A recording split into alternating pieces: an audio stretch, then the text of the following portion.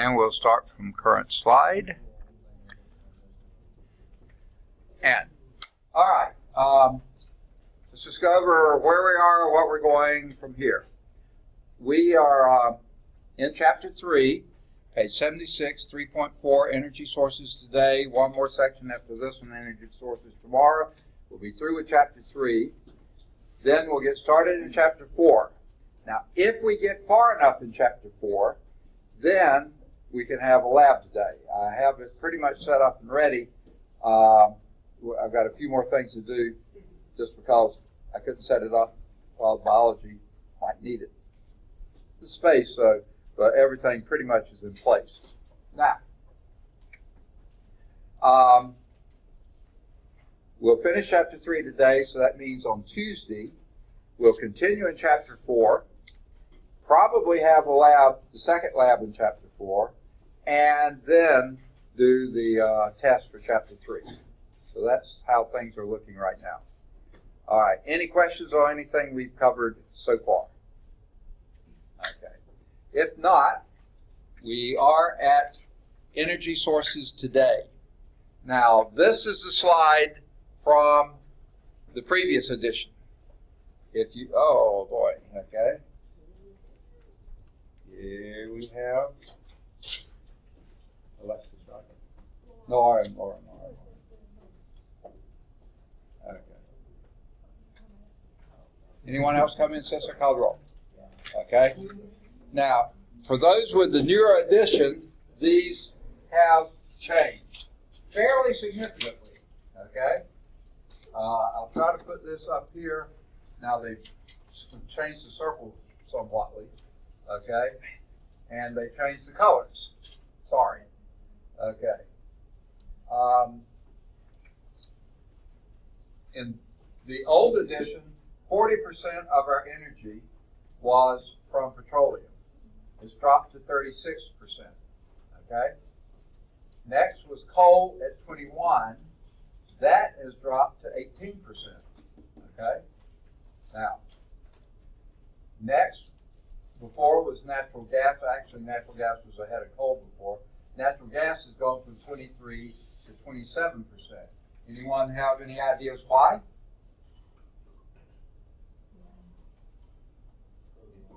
Anyone ever heard of fracking?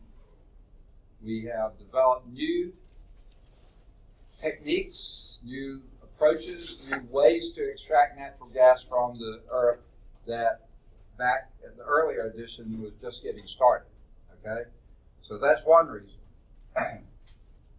Another reason, natural gas is much cleaner. So therefore, since we can't extract it, it makes a lot better sense to use that rather than petroleum or coal. Coal and petroleum. Coal especially, much dirtier than natural gas, and petroleum is somewhat dirtier. In fact, quite a bit dirtier too, but it's much cleaner than coal. So there's another reason. Another, we, as I said, are extracting this natural gas. We were having to import lots of the petroleum. Okay, now we had a fair amount of coal. We do have quite a bit of coal, but a lot of our coal is dirty coal. So we may have been actually importing some of our coal as well, though we have a fair amount of clean coal as well. Clean, relatively speaking, to other coal, but not to the other. Okay, so that's where the big three have reapportioned. Nuclear was 8%, still 8%. And then renewable, before they broke this down into smaller portions, now it just says 9%, whereas before it was 3, 3.5, and a half. So that would be 3 and 4 is 7, 8. 8% is now up to 9%. Not as big an increase as we would like to see, but I think the trend is going there. Now, what do we mean by renewable? One is biomass. We'll talk about these later. Hydro. I thought they had hydro on here, but they don't. And other geothermal, solar. And what they haven't mentioned here as a separate thing, except under other, would be wind. And we're doing quite a bit more wind today than we did back when this was done. There are huge wind farms. wasn't last summer or the summer before, my wife had professional meetings, maybe it was last summer, had professional meetings out in Park City, Utah, and it was the week between terms, so I got to go with her. And as we were driving around out there, we had some spare time, and we went through some portions of, I think it was Montana and Idaho, and I mean just huge expanses of wind farms, pretty much open area. So there is quite a bit of this increasing here. That may be here listed under solar, though that's not a good definition for it. But they just say renewable here 9%, whereas before it was 3 and 4 is 7%. So it went up from 7 to 9. Okay. Now,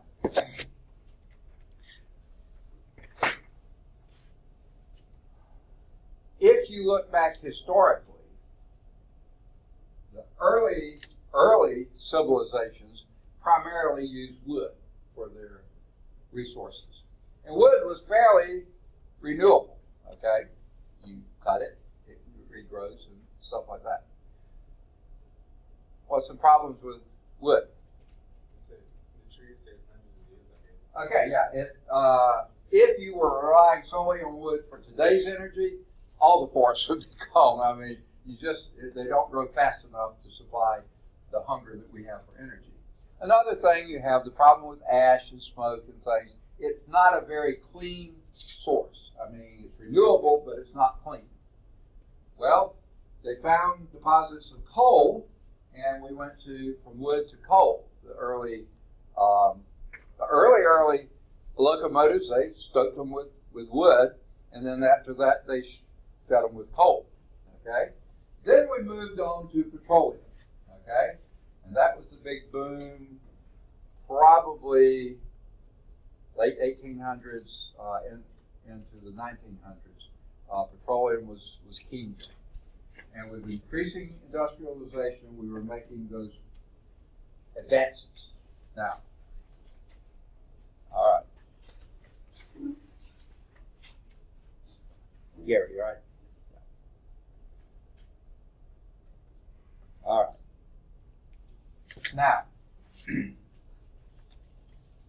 in this figure, 89% of the energy used can be traced to, what do we mean, traced to photosynthesis? What is photosynthesis? Second? Yes, it's light from the sun. That's what the photo comes from. Synthesis, the tree leaves out there, those tiny little tree leaves, are taking carbon dioxide from the air, water from the ground, and in those tree leaves with chlorophyll are producing energy in the form of carbohydrates. Okay, and basically when we eat the fruits, you're eating just about total carbohydrate. Okay, wood is cellulose, which is a complex carbohydrate. Now, some trees form nuts and pecans, walnuts, almonds, those kind of things. Those are more fatty. So the trees themselves have changed the carbohydrates into fats, which are even more concentrated energy sources. Okay?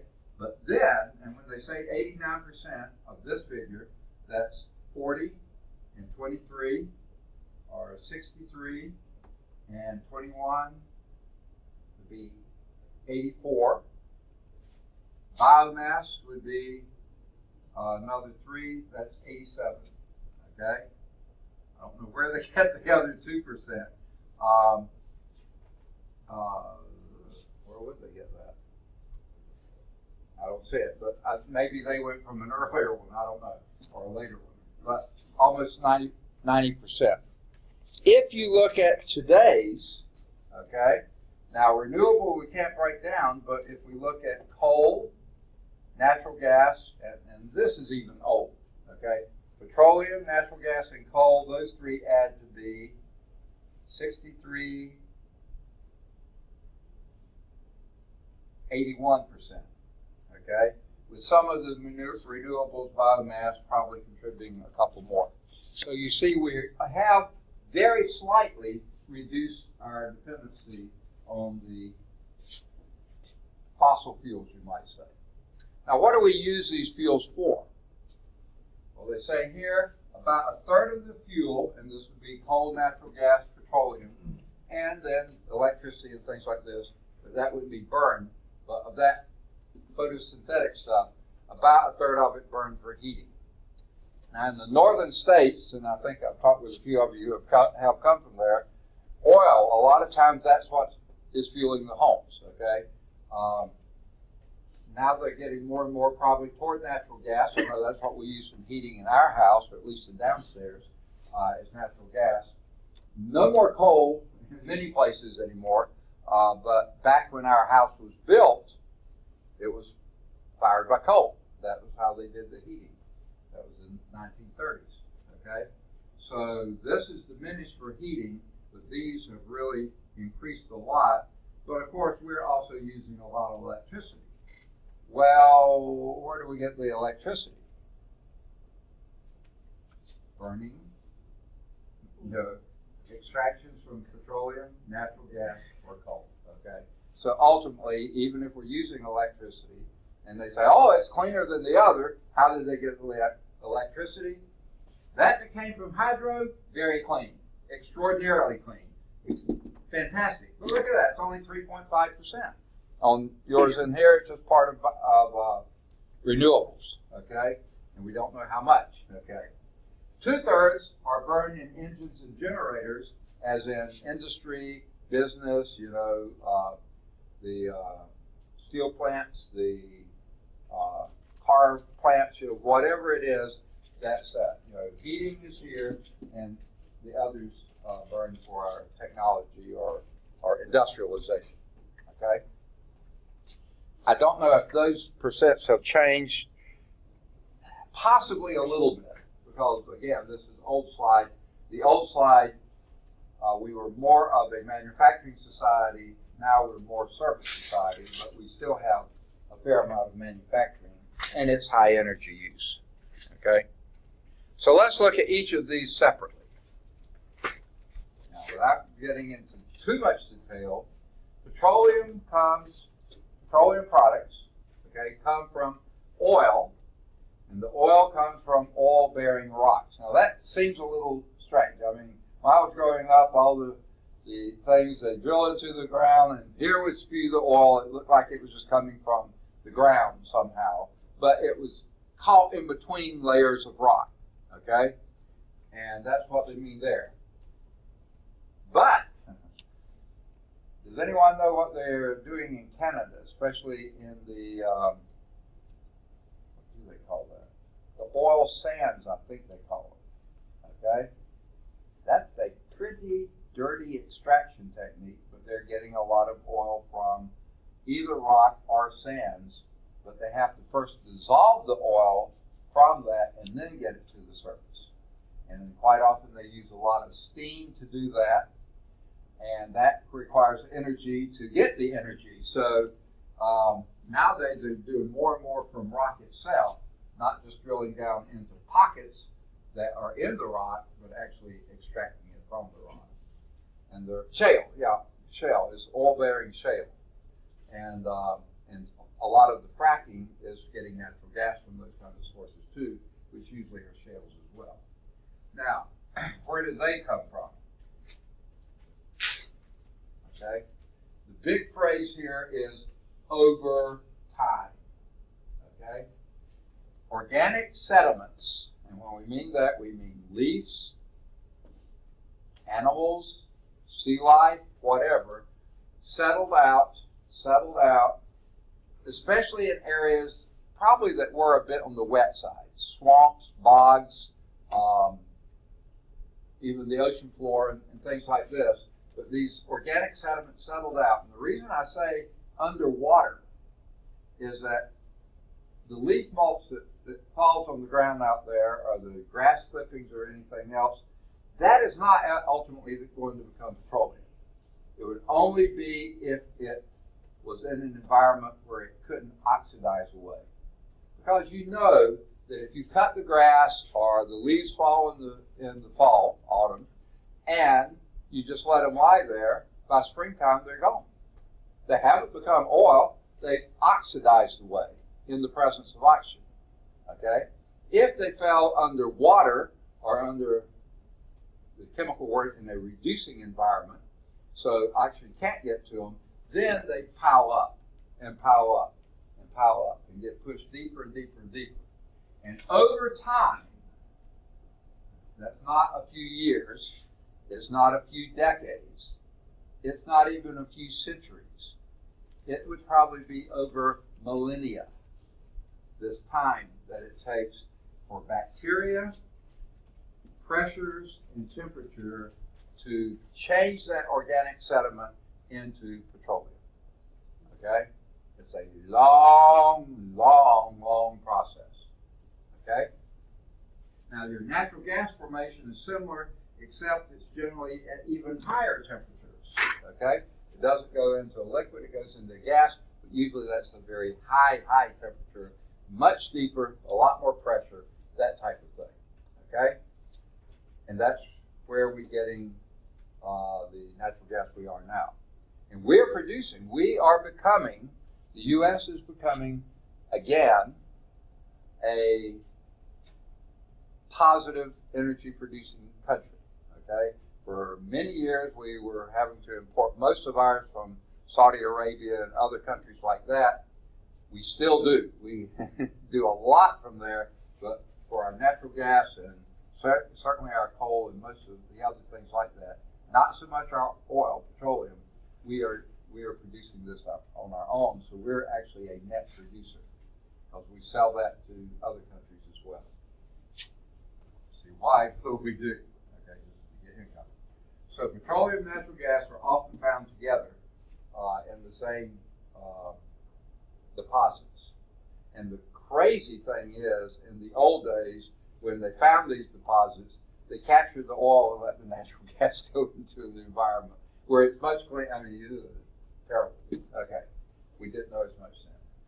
However, supplies are limited. Now, we're talking petroleum here.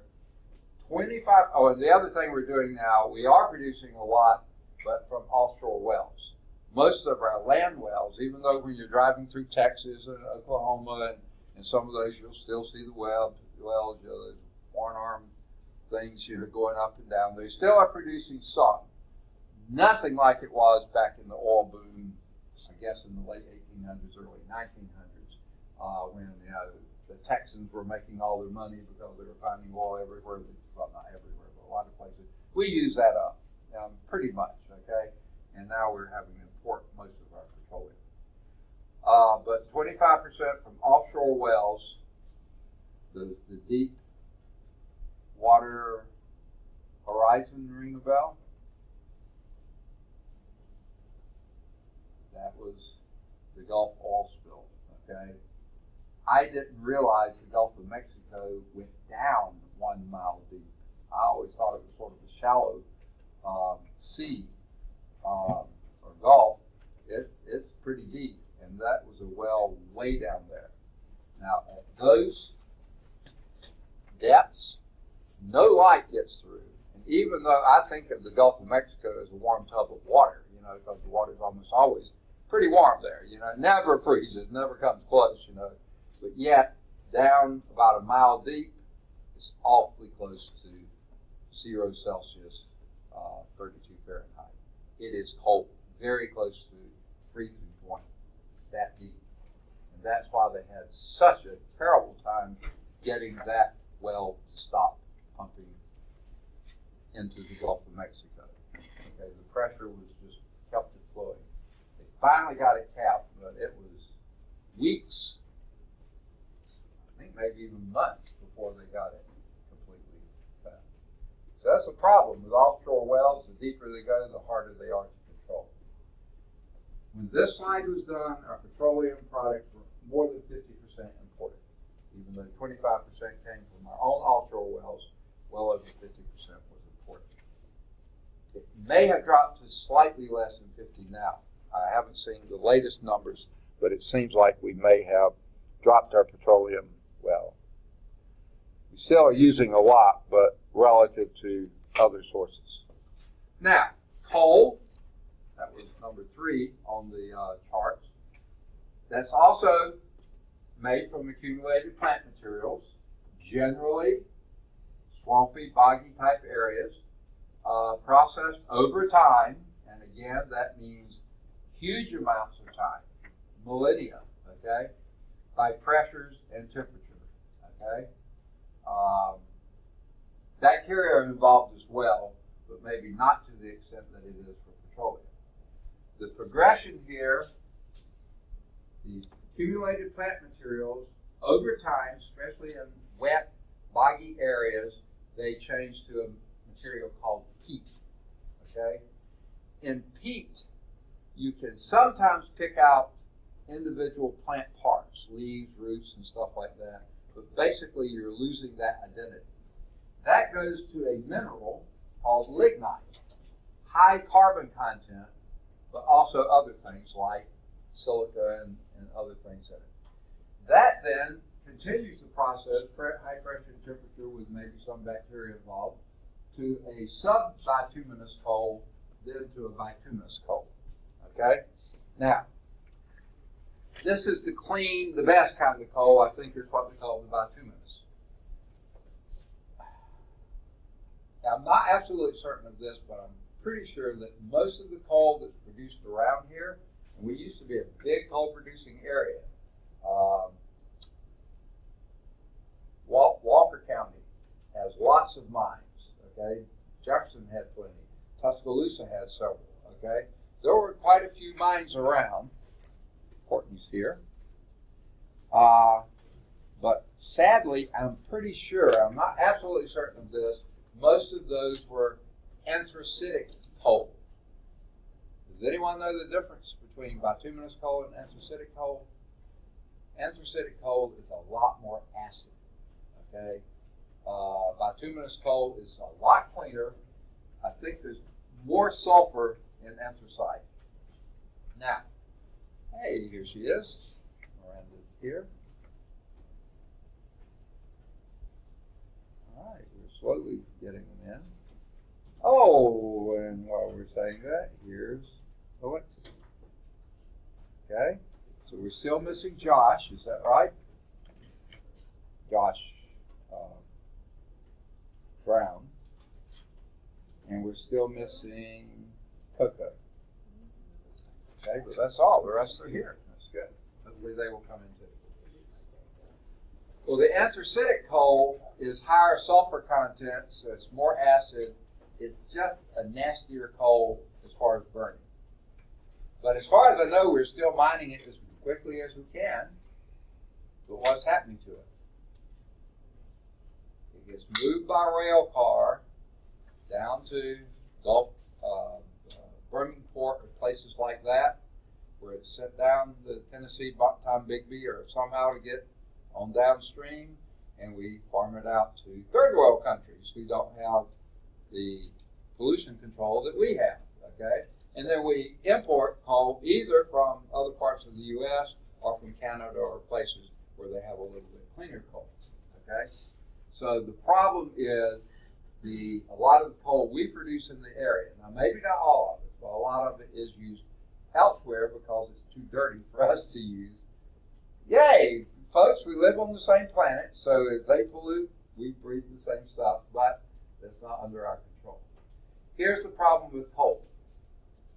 There are a lot of other minerals in it, like I said, silica, alumina, there's all sorts of other minerals in coal besides carbon, so that leads to ash. So you have pollutants that way that either fall out of the air or hang around in the atmosphere and produce smog, and that's not good, either to breathe or to. And as I said, coal higher than petroleum, but petroleum higher than natural gas, all contain sulfur. Okay, and coal has the highest. And what happens when sulfur burns? You get sulfur dioxide, because burning is oxidizing. Okay, so you get sulfur dioxide. Well, what happens when sulfur dioxide in the air combines with water in the air, as in rainfall? What do you get then? Sulfuric acid. okay, which is a pretty caustic acid, okay. What's in your car batteries? Pretty much sulfuric acid. You ever splash that onto some clothes? Clothes are not very good anymore, are they? That's where you get your Sunday wear, your holy stuff. No, I'm just kidding. Okay. But anyway, you can't use those much longer because you've now formed a pretty strong acid. And I don't know if you remember back at the time, you probably weren't born yet, but there were big problems with what they called acid rain. Ever hear of that? Large portions of our Midwest, Ohio, Pennsylvania, some of those areas, high coal producing areas, high coal consuming areas with the industry they had up there, steel mills in Pittsburgh and things like this, they were using lots of this dirty coal, producing lots of sulfuric acid, having good rainfall, and then trees were being denuded. The acid rain was killing trees, killing wildlife, killing fish, polluting rivers. I mean, it was a bad situation all the way around. That's why the U.S. government instituted the Environmental Protection Agency, Clean Water Act, Clean Air Act, those kinds of things to get that under control. Now, if you think it was bad here, Soviet Union, it wasn't Russia then, it was Soviet Union, but Russia was part of it. They were really pouring out the pollutants. And they had huge, enormous tracts of land laid waste because of acid rain and pollution. A lot of Europe also had beautiful forests in Europe laid to waste. Okay, most of Europe and probably the Soviet Union too. Last on board was China. They had terrible air pollution problems. You remember the Beijing Olympics? Not too many years ago.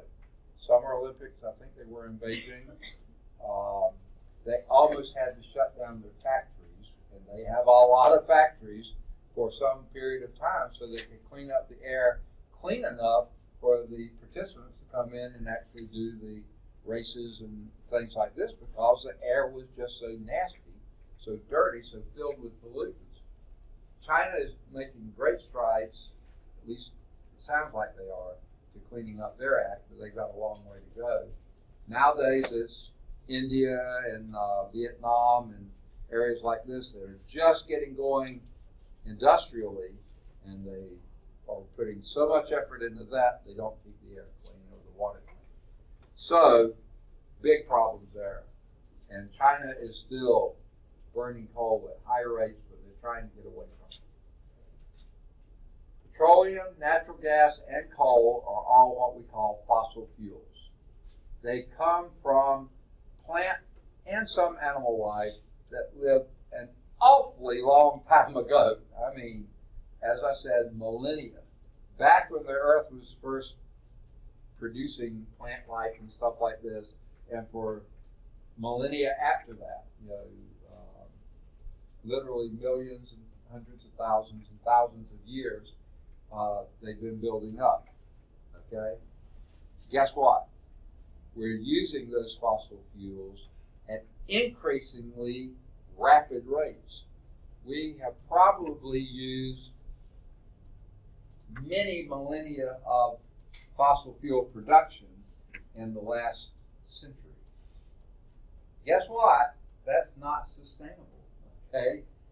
Sure, well, there's a lot of millennia that went on back then, and a lot of things were built, but, we've used all the easy to access, and now we're going after the more difficult to access. The places like the Arctic Refuge, okay, there are some deposits up there, but man, they're hard to get to. It's so cold, the permafrost goes way deep, and if you go in and extract that and start pumping it, they have to have heating stations along the way. When you have heating stations and petroleum inside the pipes, and people try to steal the petroleum, and they get too hot, you can have explosions, you can have spills, you can have breakage. I mean, those extreme conditions, hey, things don't work well in those hot, cold situations. It's not a very safe process, okay? So the fossil fuels are dirty. Natural gas less dirty than petroleum less dirty than coal, but coal is really dirty. And then you have cleaning up the atmosphere and the water and everything else. So there's lots of problems with fossil fuels, but our dependence on them is so great. 80%, okay, of our energy usage depends on these fossil fuels. And we can't develop the other technologies fast enough to replace that 80%. So we're stuck with them for a while, but we're using them up like crazy. Hey, it's not a pretty picture. We need to be putting more and more emphasis onto renewables and finding other ways to fuel our hunger. Now, moving water is a great source, clean source of energy, okay? It's renewable with rainfall, okay? Good news. The gravitational potential energy of the water is converted into electrical energy in these big hydroelectric dams, okay? Now, think about that. Big hydroelectric dams are pretty expensive to build, okay? And they take up huge tracts of land when they back up the water that was in a stream or a river or something like that and back it up into a huge reservoir, a lake. Most people who have riverfront property, lakefront property, don't want to lose that. And if you build bigger dams and back it up further, you're going to have more and more land underwater. Have any of you from up around Winston County or those areas? Okay. There's a map of Winston County near my wife's parents had a lake place up there, and we had bought it from them, but so it's ours now. But some of the maps up there's one underwater bridge. Okay. Basically what it meant, there used to be a road that went there, and Smith Lake has covered it completely. So to get from one place to another, you can't go this way anymore. You have to go around like this to get over there. We've used most of the easily dammed and resources like that. What makes it difficult? Can you go down to South Alabama and put in a dam? Hey, South Alabama is pretty flat. Put a dam on a river there, you're going to cover enormous acres of good farmland, good tree land, people land, No, you can't do it there. You have to have places where you have some drop off in the, they call it dissection of the land to have these work well. And we've used most of the easily done sites, okay? Great clean source of energy, but guess what? We've used too much. Hydroelectric plants generate only about 3% of the U.S.'s total energy consumption, and it's not going to get any more in the foreseeable future. The growth potential is limited by decreasing availability of new sites that are acceptable. Shoot. Population, people are living everywhere now. It used to be Appalachia. Well, the people living there were so poor, you offer them a good price for their farm that wasn't producing much anyway, they grabbed it, they took it, and then you could build a dam to cover it. I don't know if any of you saw the movie Deliverance. It was an old movie, but it was a pretty good old movie, okay? Burt Reynolds, you wouldn't even know who he is, but he was the star of it. It was basically a story of they wanted one last trip down this wild river before it became a lake, okay? Rather strange movie in some ways too. Nuclear. This was the promise, okay? Remember Einstein's little formula? E is equal to mc squared. A tiny amount of mass can be transformed to enormous amounts of energy through a nuclear reaction, okay? This is based on nuclear fission. There's two types of nuclear reactions. One's fission, one's fusion. Nuclear fission reactions with huge, heavy atoms of uranium and plutonium. Okay? That gives off incredible amounts of energy, and you capture as much of that as you can. You heat water with it in the reactor, then use that to produce steam, huge amounts of steam. Use that steam to turn the generating turbines, and you're producing electricity like crazy. No burning of fossil fuels, no air pollution, no water pollution. Sounds pretty good, doesn't it? What's the problem with that picture?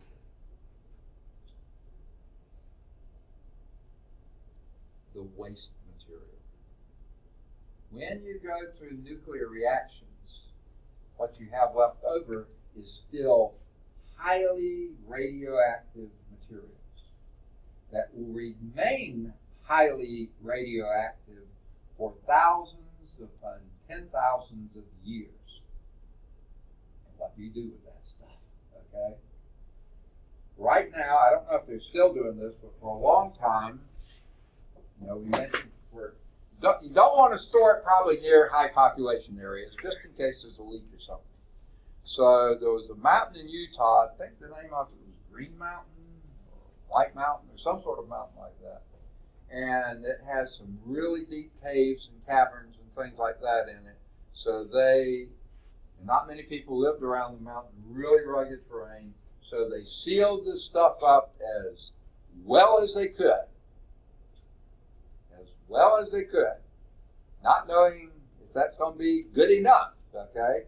I think they used stainless steel drums and sealed them as well as they could and buried them as deeply as they could. And that's what's happening to them. And they're going to sit down there for the next 10,000 years, slowly losing their radioactivity. The question is, can those drums handle 10,000 years of very high radioactivity inside them and not deteriorate or leak? And what if they leak? What's underneath there? Groundwater? Okay, who knows what kind of a mess we're leaving for our progeny, the folks that are going to come after us. That's a big problem, okay? Now, we've also seen, I think we mentioned before, didn't we, talk a little bit about Chernobyl? Did we? Not? Didn't we? Okay. See, I'm teaching several classes. I mentioned one, I thought it was this one. Anyone know what Chernobyl is, or was? Or, yeah, it still is. Oh, we did? Okay. Yeah. Did we talk about the elephant foot? I think that's what they call it. It's a POW. Chernobyl it's in Ukraine, the country of Ukraine. Back then it was the Soviet Union. That was part of the Union of Soviet Socialistic Republic, USSR. Ukraine was one of them. They had this enormous nuclear power plant there. And Russia built things big and fast and didn't always put all the safeguards that we did. We usually put safeguards on safeguards on safeguards on safeguards, which is good idea. And they had a meltdown on Chernobyl's plant. And they emitted incredible amounts of radiation into the atmosphere. I mean, it blew up, basically. I don't know how many people died. I don't know if they ever released a number. Many did. Many died probably later from radiation poisoning. Probably they're still dying from radiation poisoning. And I had a kid that we had a backhanded connection to him. Let me start over here. There was a group of clergy from the city of Birmingham that were very concerned with the orphans that were left over from Chernobyl, okay? And why they were orphans were, Chernobyl happened, I think, in the 60s or sometime, and kids that were born 20, 30 years later, their parents had been exposed to that when they were kids, and then when they had kids, the kids were deformed maybe didn't even live. And this, so many of the clergy from Birmingham and churches in general organized and got together and gave summer vacations to those kids, giving them the opportunity to come to a radiation-free zone, spend the summer here in the U.S., then they unfortunately have to go back, okay? But at least it gave them some time for their developmental processes to happen, not in the presence of high radiation. And this one couple that we know, roundabout way, we have some really good Indian friends, and they had a Bible study, and they had this South African pastor who led their Bible study, and his daughter married another pastor, and they adopted a kid, okay? Because he had been, when he was born, he was missing an arm, had a hair lip, looked like he had some developmental issues. They were afraid probably some mental issues. His parents just abandoned him. We want a one-armed kid, you know. So they did. He was put to a orphanage, and orphanages in Ukraine were not probably the very best in the world. And he was in pretty sad shape. And they had gone over there recruiting kids to bring here, and they just fell in love with this kid and decided to start the process of adopting him, and they did. Well, he was going to Jeff State, and he was doing pretty well in most of his stuff, except he just couldn't get the math, okay? And when the parents, through our friends, found out I was teaching out here, they said, would you take him on, you know, and we'll do all we can to help. So he came here, and he struggled, but he passed, okay? And he sat right back there in that corner. He did his Math 100 here, and still missing an arm, okay? I think I heard one time there may be a finger sticking out of his shoulder. That was how he got fully developed. They repaired the hair lip. He's a great kid, great guy. Took him a long time to understand things. His mother worked with him, his adopted mother worked with him. So he got the math and was able to do his goal in life. Oh, he was a golfer. He was a deep sea fisher. They tried to make his life as normal as possible. And his goal was to become a physical therapy technician so he could work with other kids with developmental problems and tell them, hey, I don't have an arm, I can do this, you can do this, you know. And great kid, okay. I'm sure he's probably working somewhere now, but it was a few years ago. But anyway, this was a generation or two after Chernobyl. It was still affecting developmental of babies, okay. So it's not a very pleasant sight. Now, in the U.S., just a few years after Chernobyl, we had 3 Mile Island. That's up, I think, in New York, Pennsylvania area, somewhere up there. A nuclear power plant also got out of control. We contained it. Our safeguards were in place better. We didn't have the major disaster they did, but I bet you nobody lives on 3 Mile Island, you know, and probably ever will, because there was enough contamination there. So what's going to happen under Green Mountain or whatever mountain it is there, don't know. Now, the Utahns or whoever lives out there, I think they maybe quit receiving shipments. I don't know what we're doing with them now.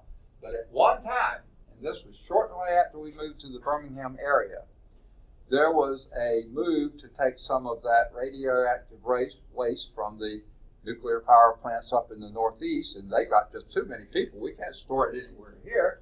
They were shipping it or planning to ship it by rail through Birmingham, probably through Bessemer, and take it down to Greene County and put it in the landfill. And I think it was on its way when people found out about it, and they put up such a stink. No, it's not coming here. Got people active.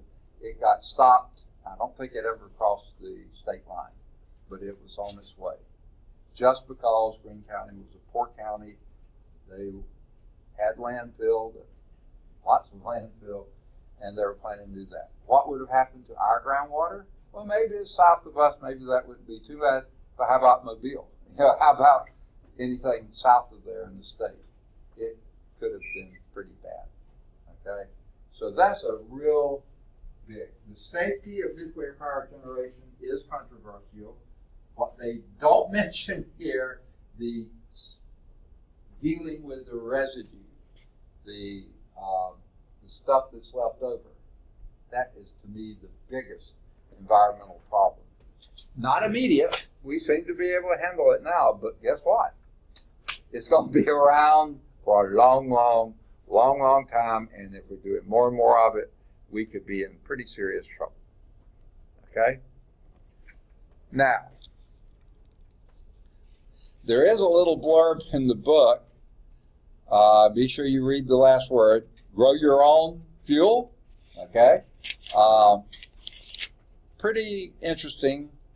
Has some good points. I would definitely take a look at that. You'll see on page 78 a little blurb on James Prescott Joule. Guess what was named after him? The Joule. Okay. He was quite a character, just everyday, common, middle-class guy that grew up at a time when the only people that got really great educations were the upper-class aristocracy. But he was a really bright guy. I think he may have been hemophiliac or something, so he couldn't really, it says here he was a delicate child, so he was self-taught in science, and his dad brought in tutors, and he was brilliant. And he got recognized by one of the landed lords, Lord Kelvin, and he encouraged him and actually brought him to the Royal Society and got him inducted as a member because of his great advances in science. Okay? So, good little blurb there. Guess what? This blurb cannot be your source. You can get your ideas from the book, but you have to get your information for your papers somewhere else.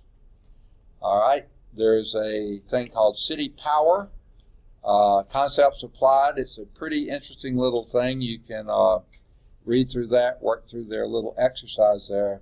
I think you'll find that fairly enlightening as well. There's another blurb that we didn't have a slide on conserving energy. It's certainly an important topic. And then there's myths, mistakes, and misunderstandings. Recycle or reuse. There's a lot of people who use those terms almost interchangeably, and they're really not quite the same. Okay? Reusing is like when I get groceries from Piggly Wiggly and they give me the little plastic bag, I bring it home, and then I put it in a bin, and later I use it to bag my trash. I'm reusing that. That's not recycling. Okay? Recycling is when you actually take glass or take aluminum or take wood products and stuff like this and reconfigure it to make new products. That is recycling. So there's a little blurb there on that. It's worth a read, I'd say. Now we're ready, and this is on page 80, Energy Sources Tomorrow. You know we're going to be depending on fossil fuels for a long, long time. But they're limited. So we better be doing all that we can, even though they may be more expensive to do now. If we don't get ready for them now, when the fossil fuels get too short, too little, it may be too late. Okay? We can't develop. So alternative sources of energy, one different from those commonly used today. Let's look at a few possibilities here. Okay, today, the fossil fuels predominate, more than 80%. Coal, petroleum, natural gas. Not necessarily in that order. It's probably petroleum, natural gas, and then coal. It soon probably will be natural gas, petroleum, and coal. Okay? Also, we use the nuclear. Again. Now, by the way, I can't remember when 3 Mile Island was. I think it may be late 60s, early 70s. I'm just guessing at that. From that time on, there was not another new nuclear reactor approved in the U.S. until just a few years ago. People got scared to death, okay? So nuclear was a big idea and then suddenly became a lot less popular. Right after Chernobyl happened, And then more recently, does the word Fukushima come? Ring any bell? What's that? Okay, yes, it was a plant, a nuclear power plant on an island in Japan. I don't know if it's the main island or one of the other islands.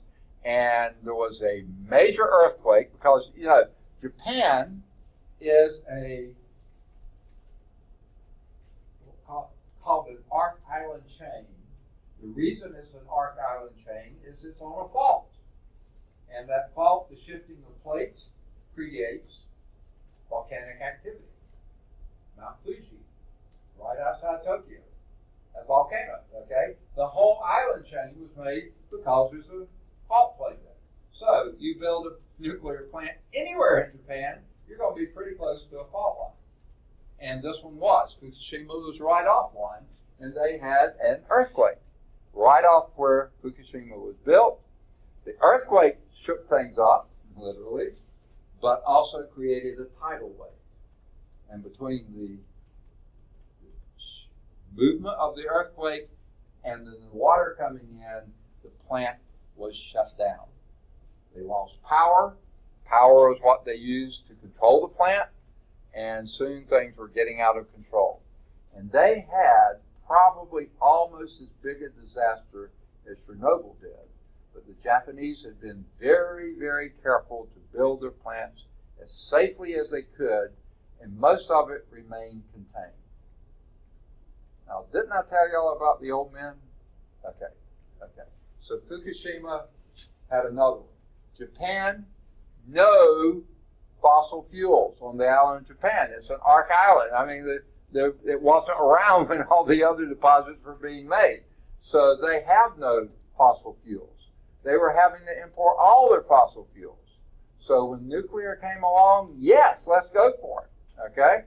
It's expensive, hard to build, but we got the technology, we'll do it. Ever since then, I don't think they probably started another new plant. They probably closed a bunch of old plants, okay? And we in the U.S. were doing somewhat the same thing until, I just happen to know this because it's in the same county that we have, that the farm was in Georgia. Plant Vogel opened their third reactor. They were the first new reactor, and it was at an existing plant, and they're in the process. I don't know if it's fully online yet or not, but that was the first one since 3 Mile Island. Decades later, okay? I think there's a few others in the works in some places, but that's there. Dumb story here. When I was in the Navy, I was on an ammunition ship for the first 3 years. And even though, as far as I know, we never carried one, certainly while I was on board that I know of, we had to be prepared to carry nuclear weapons because we're an ammunition ship, and if a major war broke out, we might have to rearm somebody with nuclear weapons. So we had to have a nuclear weapons officer. We had to have all these enormous regulations in place, how to do, how to handle, people trained, even though never had seen one, and probably wouldn't see one, but trained to handle it if we ever needed to. That's what the military is. You're always preparing for something you really hope never happens, okay? If you think that's the definition of the military. You're trained to fight, you hope you never have to fight. You hope you never have to go to war, but you have to be prepared to. And this friend of mine, I was relieving him from some of his duties. He had been the communications officer. He was also the nuclear safety officer. And so I relieved him as communications. He kept the nuclear safety thing. And he was having to get ready for another big inspection they had every few years, not very many between. So he had this yeoman that had been given to him to type it up for him.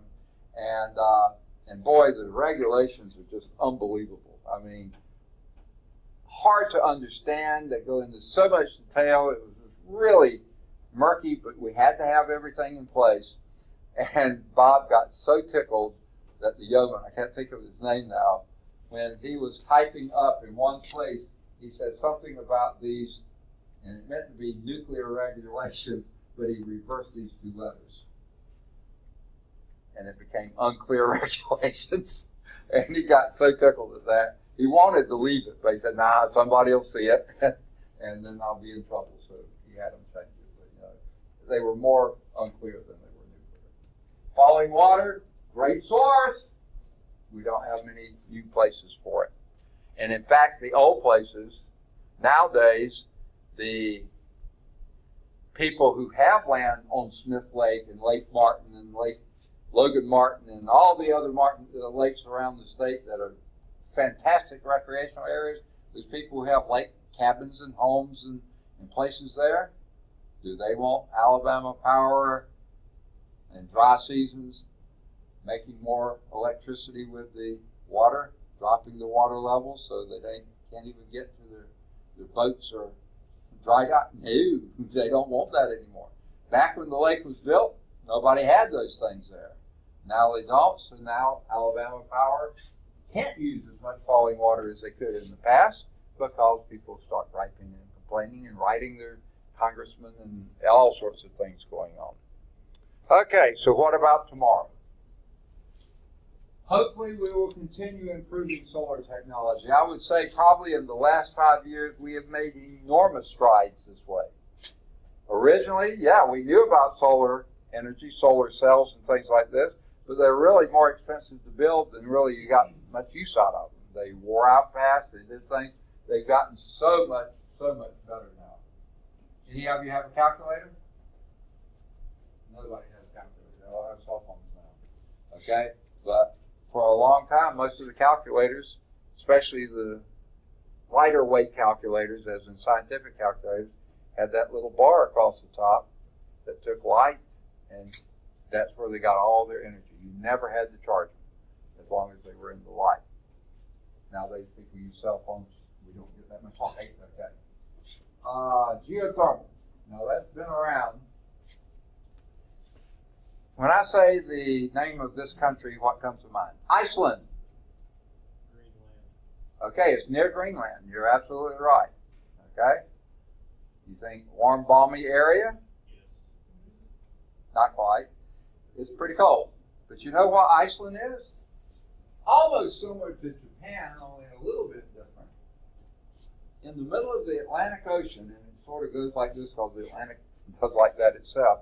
Middle of the Atlantic Ocean, there is a ridge that goes right down the middle of it. And what it is a place where the plates are diverging. Over in Japan, they're converging plates, one's having to subduct under another plate. That's why you have earthquakes and volcanoes and things like that. But in the middle of the Atlantic, the plates are moving apart.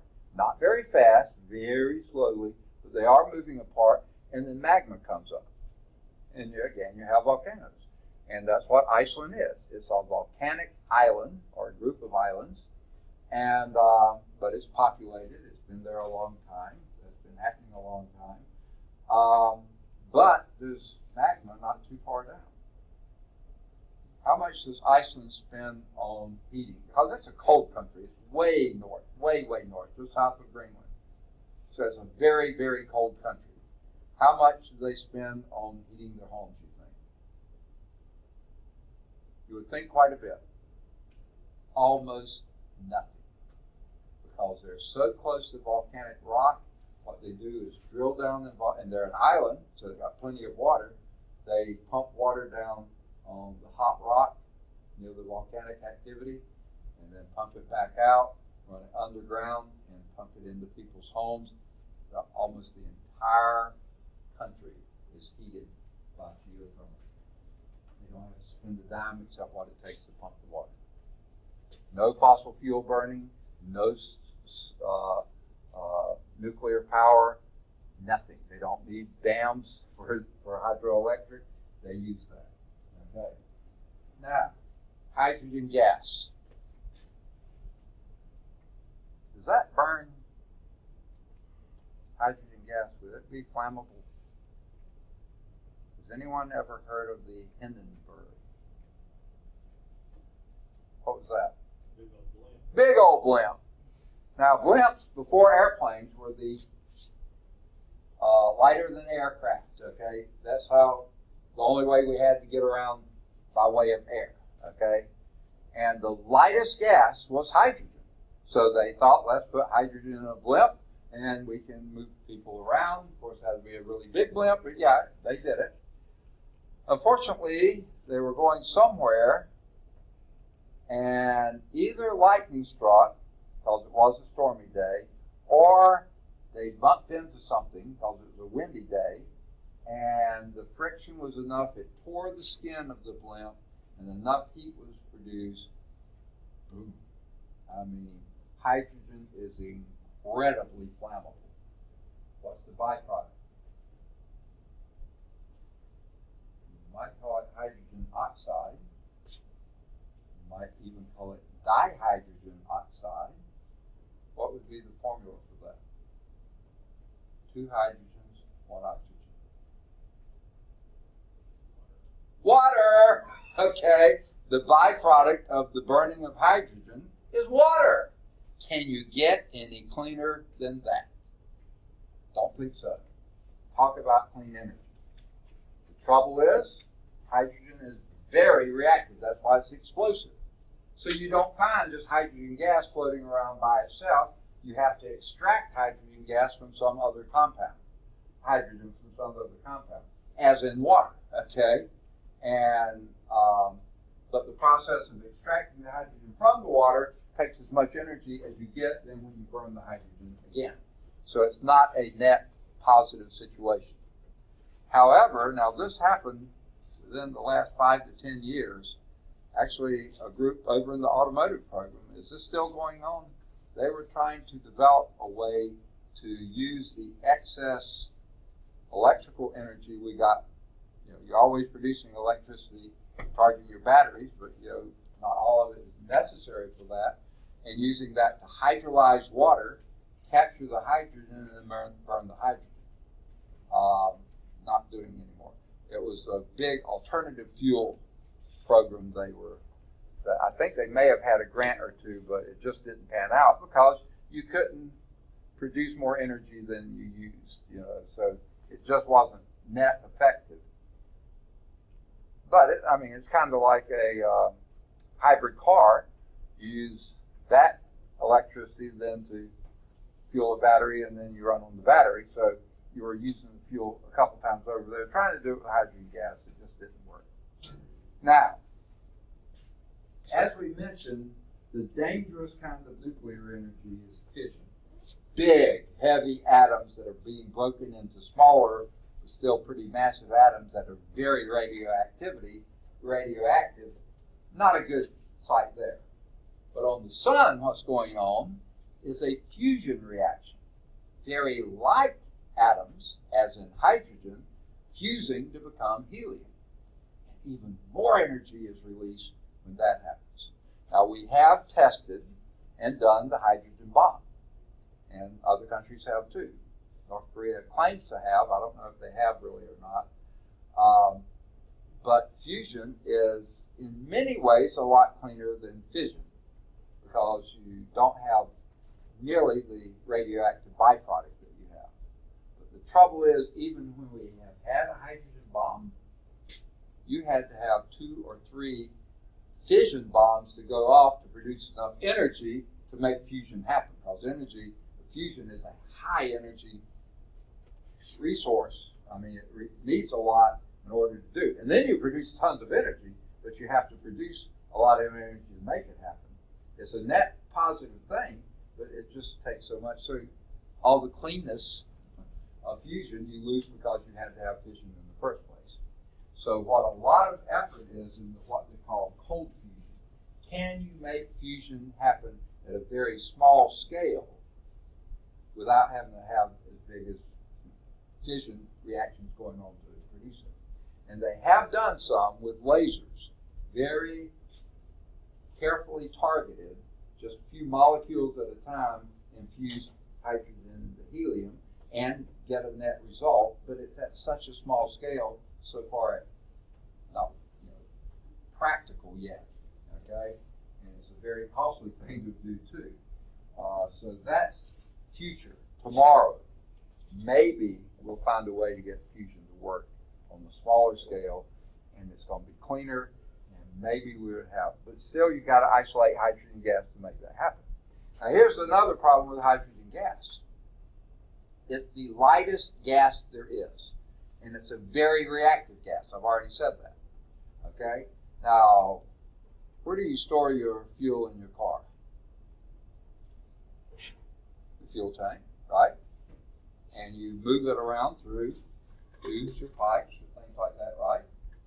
Well, if you were trying to run, say, a vehicle on hydrogen gas, you'd need hydrogen gas is a gas. It's very large volume, so you would have to compress the gas, down to a manageable tank size, right? Well, hydrogen gas is a very reactive gas under very high pressures that you would have to do to get it down to a small enough size, and then you have to have a pretty heavy steel to keep it from bursting and stuff, and then you have to run it in fuel lines, and it's a very light gas, very reactive gas. What will you use for your fuel lines? You can't use rubber hoses that go right through rubber hoses. I mean, it's very small particle size, remember? Very small. Smallest there is. So how do you control it? How do you keep it from leaking out? What kind of... you got a lot of problems with hydrogen gas. And if it does leak, Hindenburg, okay, you could have some pretty big explosions as well. Okay? So there are some problems with it. But we've got to think, the old saying, outside the box. Think of some things, see if we can get something that works. Now let's look at some of those individuals. The solar technology. Now I mentioned solar cells, that's what's in your calculators and things like this. You'll actually see a lot of times emergency call boxes along the road where if you get stranded and stuff, and there'll be a little solar cell. Have any of you been in downtown Birmingham lately? Okay. Have you seen those bike stations? Those blue or greenish bikes? Okay. Every one of those stations, what is across the top? A big solar cells. Okay. Because those bikes, some of them are charged, and you have electrical assist, especially for the hills in Birmingham. And so a lot of those are being charged by solar. Okay? So solar cells have gotten much better, much more efficient. They still aren't super efficient, but much better than they used to be. The space station, they completely run on solar. Of course, it's out there. It can get plenty of light. What's the problem with trying to do large-scale storage of electricity with solar cells? In general, they only work half a day. Why? What's that? The sun is only out half a day on average, right? And a real cloudy day, the efficiency goes down. So yeah, there's some problems with solar cells, okay? But we should still be doing as much as we can. Store it in batteries and then use it later. Now they have things called power towers, and these are usually used mostly mirrors to focus the sunlight. Now I went to Georgia Tech as an undergraduate, but when I went back after the Navy to grad school for 2 terms, I lived in the dorm way out in the boonies there and had to walk in. I walked past this huge system there that they were testing, and it wasn't a tower, it was horizontal, but mirrors, probably parabolic mirrors that focused the light onto a center pipe, and in that pipe they had something, either water or some other fluid, that heated up to high temperatures, and then that probably water to make steam, and then run a turbine. Using just, that's another use of solar, but not with solar cells, using mirrors to focus that light on that. And that's a pretty safe, a pretty clean use. You just have to have lots of mirrors and lots of things. You have to keep the mirrors clean. There's pollution in the air, there's dust. So, I mean, there's some problems with it, but it really has some possibilities. Now, other ways we use solar energy is somewhat passively. Designs that use solar energy flow naturally. Now, my father, been dead for quite a while, since he was 3, but he had a first cousin who married an architect. And this this guy was older than my dad, so this is way back, okay? And this architect, pretty clever guy, sort of obnoxious sometimes too, but every building he designed it to face south. And he designed it to have a large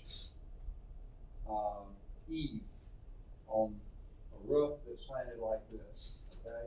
And then lots of windows underneath that, okay? Large eave, lots of windows underneath. Why? And in the slant, he used the latitude of the area where he was planting to give him the angle at which that roof slanted.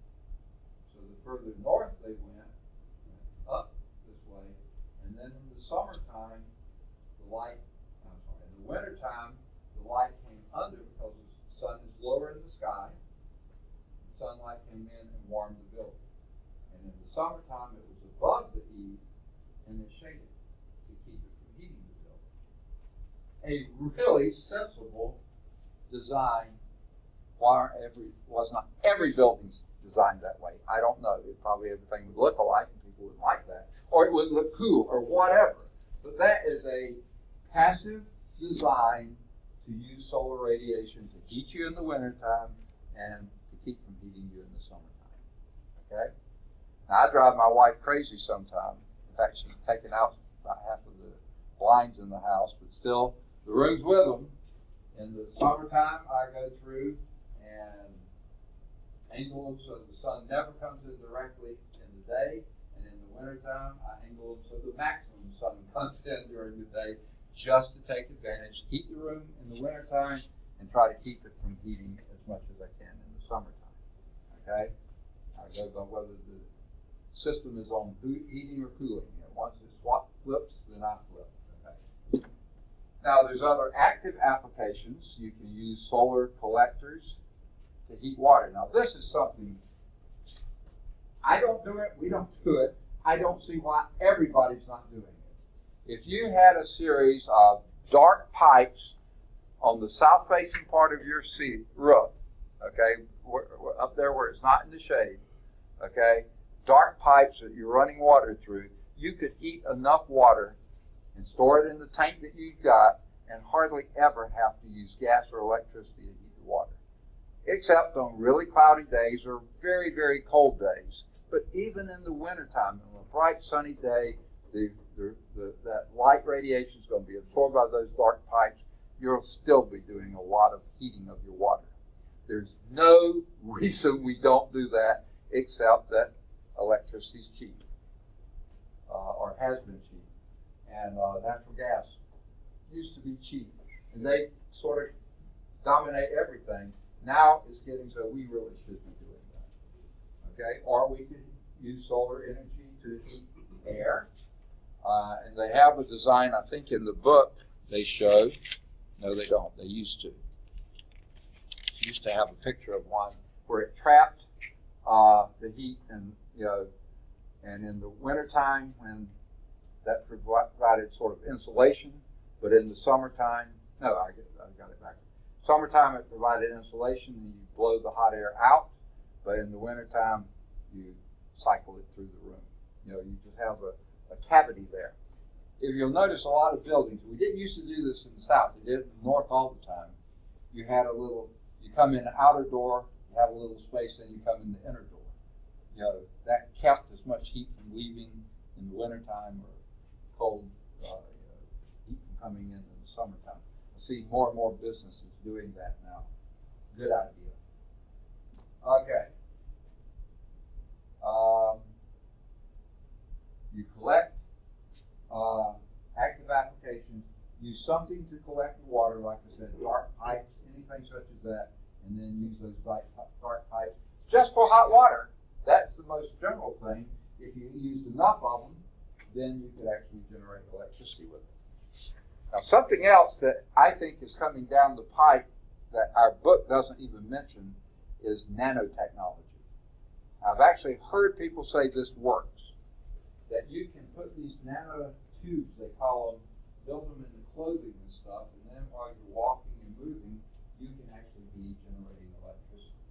Very, very low levels, but that can be charging your cell phone.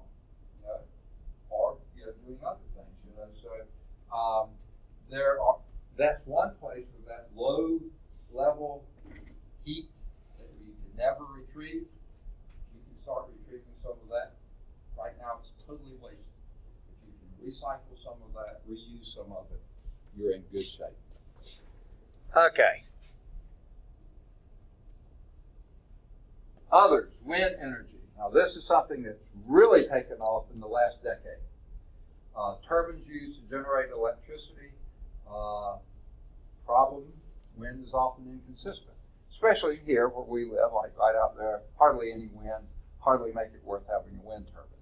But guess what? There are places, San Francisco. I was there in the Navy, home station there in the Navy or in the area for 3 years, and I've never been in San Francisco when it wasn't windy. And Chicago, what do they call it? The Windy City, okay? You said you lived up near Buffalo, right? I bet you the wind blows almost always up there. Okay. Do they have any solar turbine farms up there? They do have. It's a smart move. We traveled some through Europe and Germany especially. We see whole towns and every building, barns, houses, apartment building, everyone had on the south side solar panels everywhere. You can capture a lot. And they were in areas that didn't get as much sun as we do. So, yeah, there's a lot of things we can do that we're not doing. Like I said, out west, where it's very low population density field. And by the way, for these wind turbine farms, they call them wind farms, okay? The turbines were up there just blowing, turning, and stuff like this. The farmers were down on the tractor, and except for the base that they couldn't do, they were plowing fields and stuff like that. The blades were way up there, they're not going to hit anything. And they were, using the land for agriculture and harvesting wind at the same time, harvesting electricity. So it's not a bad deal, okay? Now, sure, there's some places wind is inconsistent. That may not work as well, but there's some places where it blows really well. All the Pacific coast, I think they've got lots of wind farms out there. Okay, biomass, this is plant material formed by photosynthesis, but using it before you have to go underground for thousands of years to form petroleum, use it earlier, okay? Burn it directly or convert it to other fuels. There was a company shortly after we moved to Birmingham, and I thought, way to go, team, let's get this thing rolling. And it flopped, okay, because no one wanted to support it. But it was going to take the trash, the garbage that people send from their houses and stuff like this, and put it into methane generating tanks. Because most of that is organic, okay? And if you put it into this, let it build up, don't let air get to it and stuff, you'll produce methane. And then take the methane, sell it to people, okay? Take the trash, and then any residue you have, it's usually not too far from being a pretty good fertilizer source or soil amendments or something like that. You could even pave roads with it, So yeah, why aren't we doing that? Well, it may blow up, or I don't want it in my backyard, People can get really bizarre. So I don't know why we're not recycling materials, biomass, okay? Now, I've actually heard of this happening. Restaurants, especially things like chains like McDonald's and places where most of the food is fried, okay? They go through an awful lot of oil, cooking oil, right? And what do they do with it when they're through with it? Throw it into the dump, into the landfill. Best thing it can do there is get into the groundwater and mess things up. Let's take that stuff, reprocess it, get the junk out of it, and use the stuff that still can burn. Because you didn't really burn with it, you just fried in it, okay? But extract the hydrocarbons from it and use that as fuel. And there are places to do this.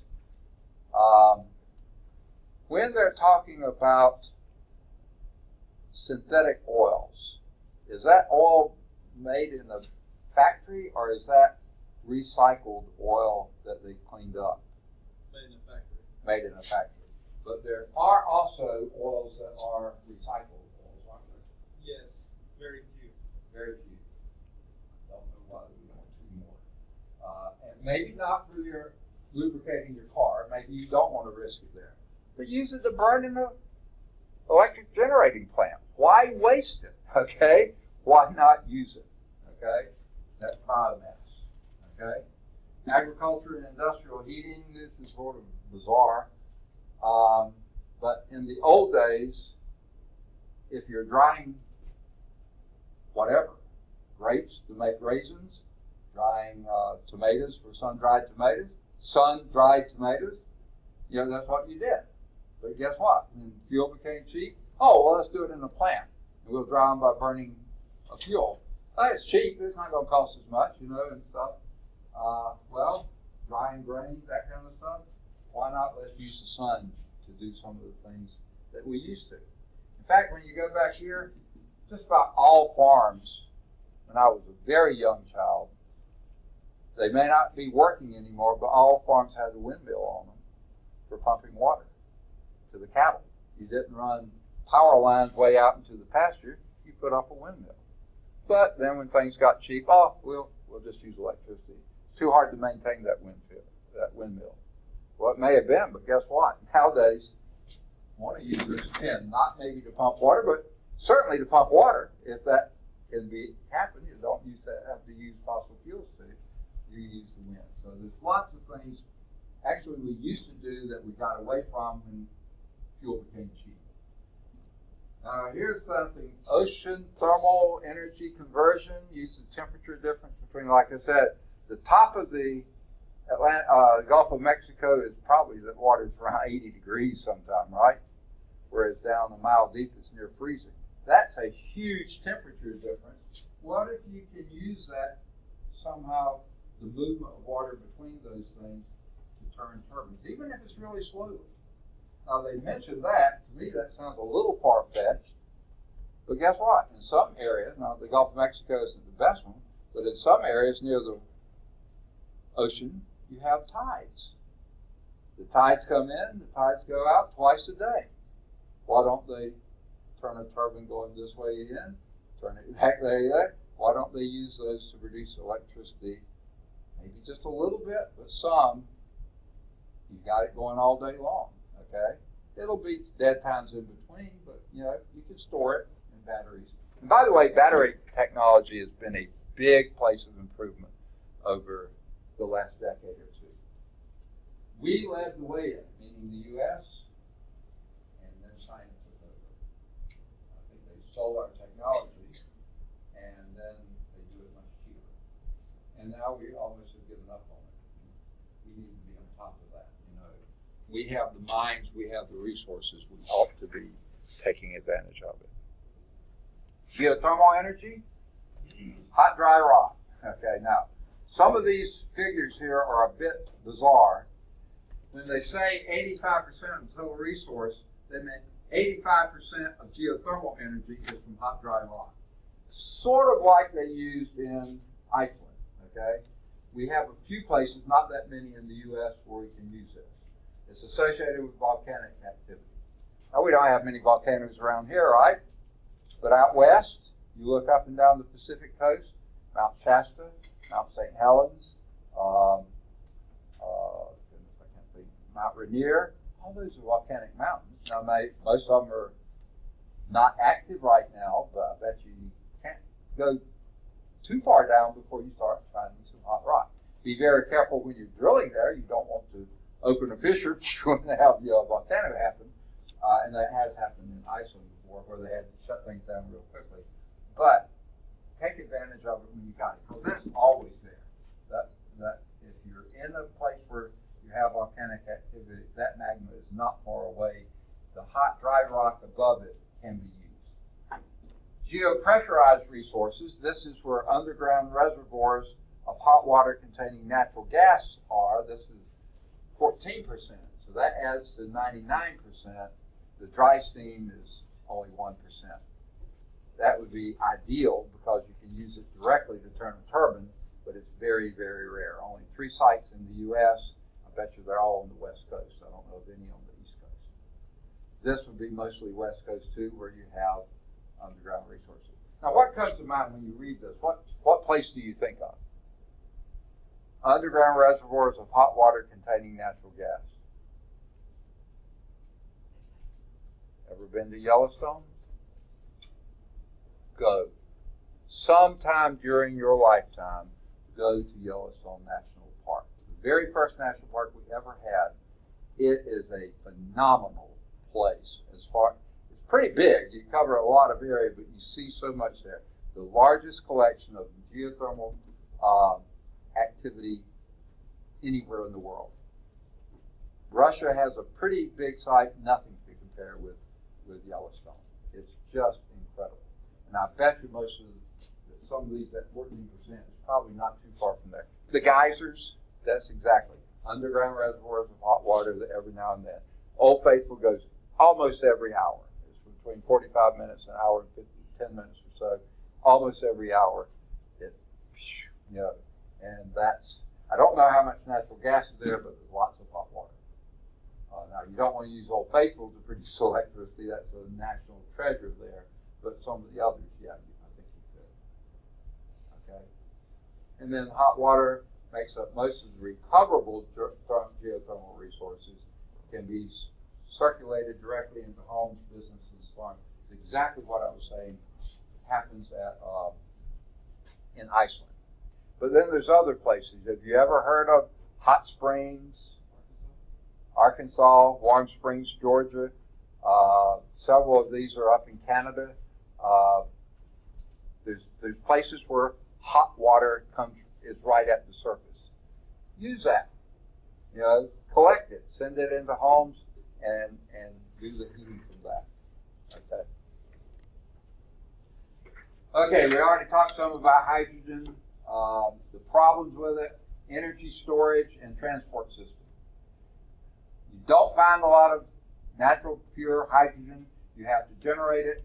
The cost of generating it probably exceeds the cost of using it. Now, water can be hydrolyzed, but you have to have some way of doing it. Now, maybe if you can generate electricity with a windmill, okay, something that's natural, use that to hydrolyze water, collect the hydrogen. Now you have, whereas the wind is inconsistent, the hydrogen you collect can be used anytime, okay? Same thing with solar cells. Maybe if you hydrolyze water with the result of that, collected it, then you can pump it out and use it wherever you want to do it. Hydrogen is clean. The byproduct of hydrogen is water. Can you get any cleaner than that? Possible problems, you have to pressurize it to use it. When you pressurize it, you heat it up, so you have to cool it down, so very cold, okay? In fact, to get liquid hydrogen, okay, you know what absolute zero is? It's as cold as you can possibly go. It's about negative 459 degrees Fahrenheit. That's awfully cold. Liquid hydrogen, you have to get down within a few degrees of absolute zero. It costs more to cool it than you get out of the energy from using it. And it's extremely flammable.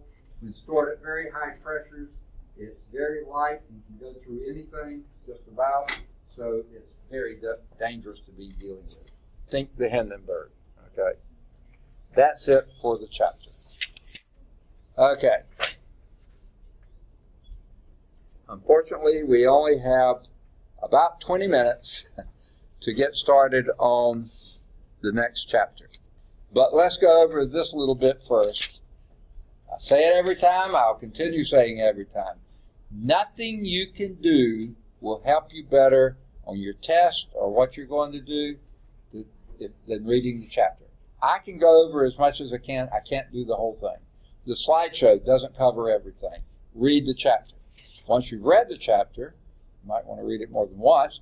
There's a summary that's usually there. This one's a bit on the short side, but it has most of the key terms in italics there and key expressions. Then you have a summary of equations. There's only 5 here. All of those are pretty important.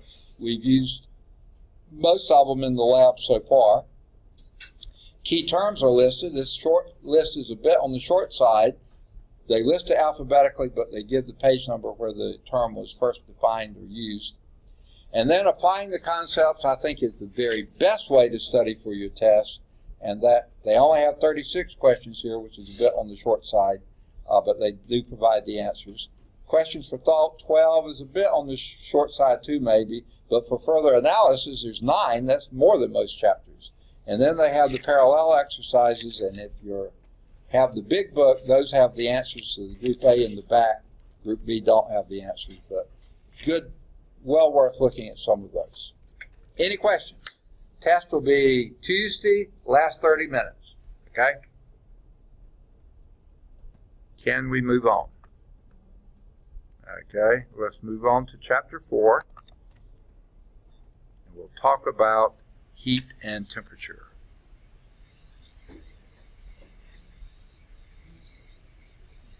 Okay. Take a while. Here we go. Yep, I thought it was going to open.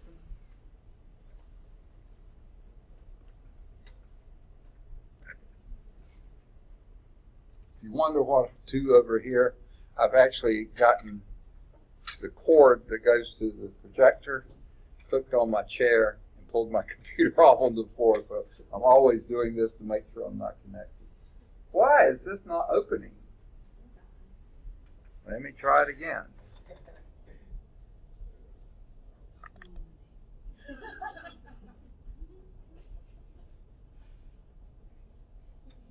Okay, I know it will open. It's not that big a file.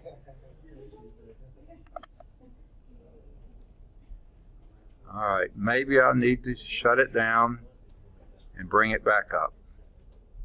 That's not working either. Sometimes this will wake it up. Speaking of waking up, okay.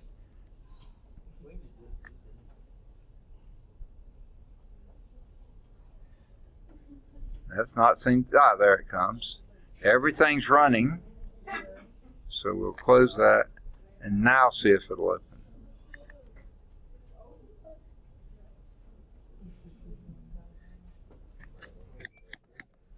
Nothing's happening. Maybe I'll have to shut it down this way.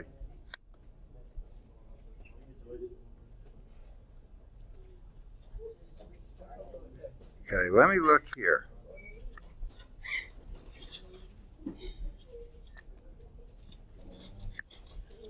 Ha! It opened but didn't open, okay? All right, let's get going on Chapter 4, Heat and Temperature. Do those two words sound like they're about the same thing? Heat and temperature? They're related, but they definitely are different things, and that's part of the emphasis here. Core concept here, which you'll find on page 87, or whatever close by page if you have a different edition. A relationship exists between heat, temperature, and the motion and position of molecules. Now in this chapter, probably more than most of the others, so we have had a little bit of it in the others, we're going to be talking about what's happening microscopically. Atoms, molecules, that kind of scale, and how does that affect what's happening macroscopically, what we see, measure, that kind of stuff. Okay, feel, sense every day. So we'll be talking and making comparisons. So what it's saying, a relationship exists between heat, temperature, these are macroscopic concepts, and the motion and pressure position of molecules, that's the microscopic. So there is a connection there, and understanding that is going to help us understand heat and temperature. So here's the overview.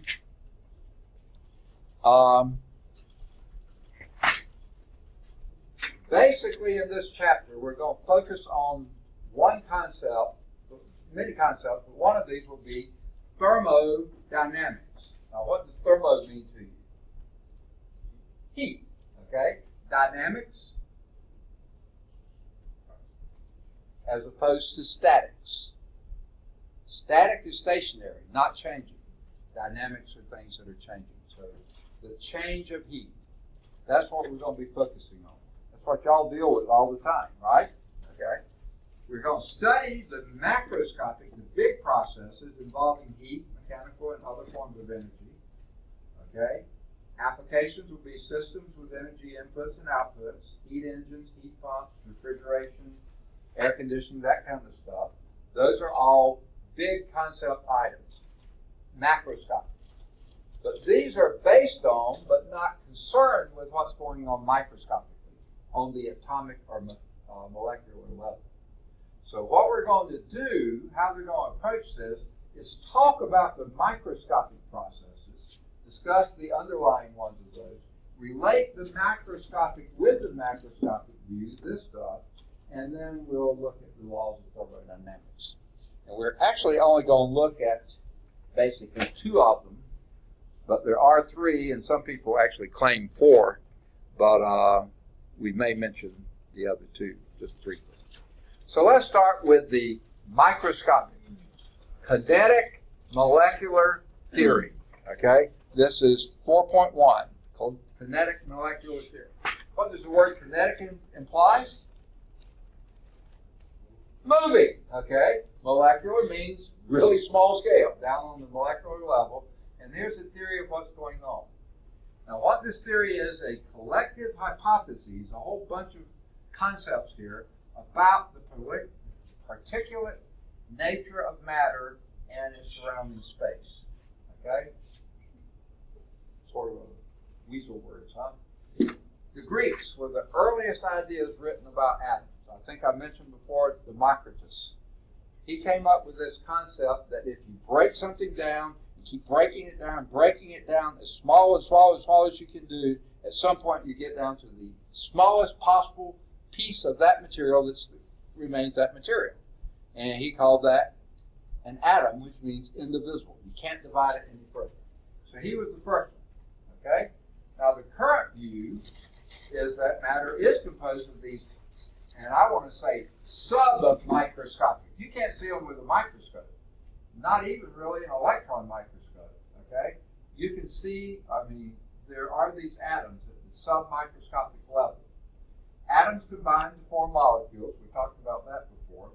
And many macroscopic phenomena can be traced to the interactions of the molecules. Okay? And they have a few pretty interesting looking figures in your text. I would highly recommend you look at that. Let's look at what these molecules are. Okay.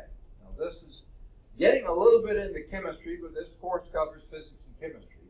Your chemical elements are defined by each unique kind of atom. Okay? And to date, we only know of probably fewer than 118 unique atoms. Because some of these are unknown, they're just sort of hypothetical, or they last for such tiny periods of time, they really aren't very practically existing. But somewhere around 110, 112 or so, it may be changing constantly as people discover more. That's how many types of atoms you have, and they make up these unique chemical elements. Everyone has only one type of atom. Hydrogen, oxygen, nitrogen, helium, beryllium, lithium. All these are individual. All of them have the same types of atoms. Now, far more than 100 or so are our compounds. These are pure substances, but they're made up of 2 or more atoms, usually of different materials, different atoms that are chemically bonded together. Now, compounds made up of different atoms, and when it says chemically bonded, that means it changes everything. Let's take an example. Anyone know what sodium is? Sodium is actually classified as metal. It's a very, very soft metal. I think usually sort of a yellowish color, but you never see pure sodium out there anywhere. Because sodium, we talked about hydrogen being highly reactive. Sodium is really highly reactive. So as soon as sodium exists, it's going to combine with something. So in order to have pure sodium, you have to store it under oil. If you ever go to a lab and you see sodium, it's going to be in a jar, a bottle, underneath a layer of oil. The reason for that, if it ever came in touch with water, it's going to explode. I mean big time, because it reacts so strongly with that. So here is a yellowish explosive metal, okay, sodium. Anyone know what chlorine is? What's chlorine? It's what? I heard several things about it. It's what?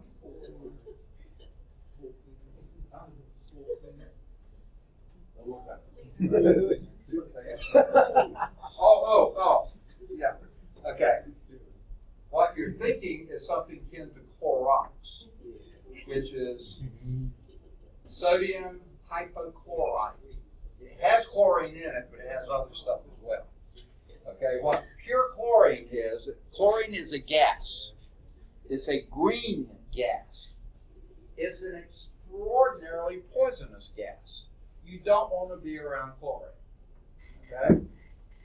Okay, so here we have sodium, which is a soft, yellowish, explosive metal, and you have chlorine, which is a green, poisonous gas. Okay? On their own, you don't want to be around either one of them, right? But what happens when they combine chemically? We eat it. As what?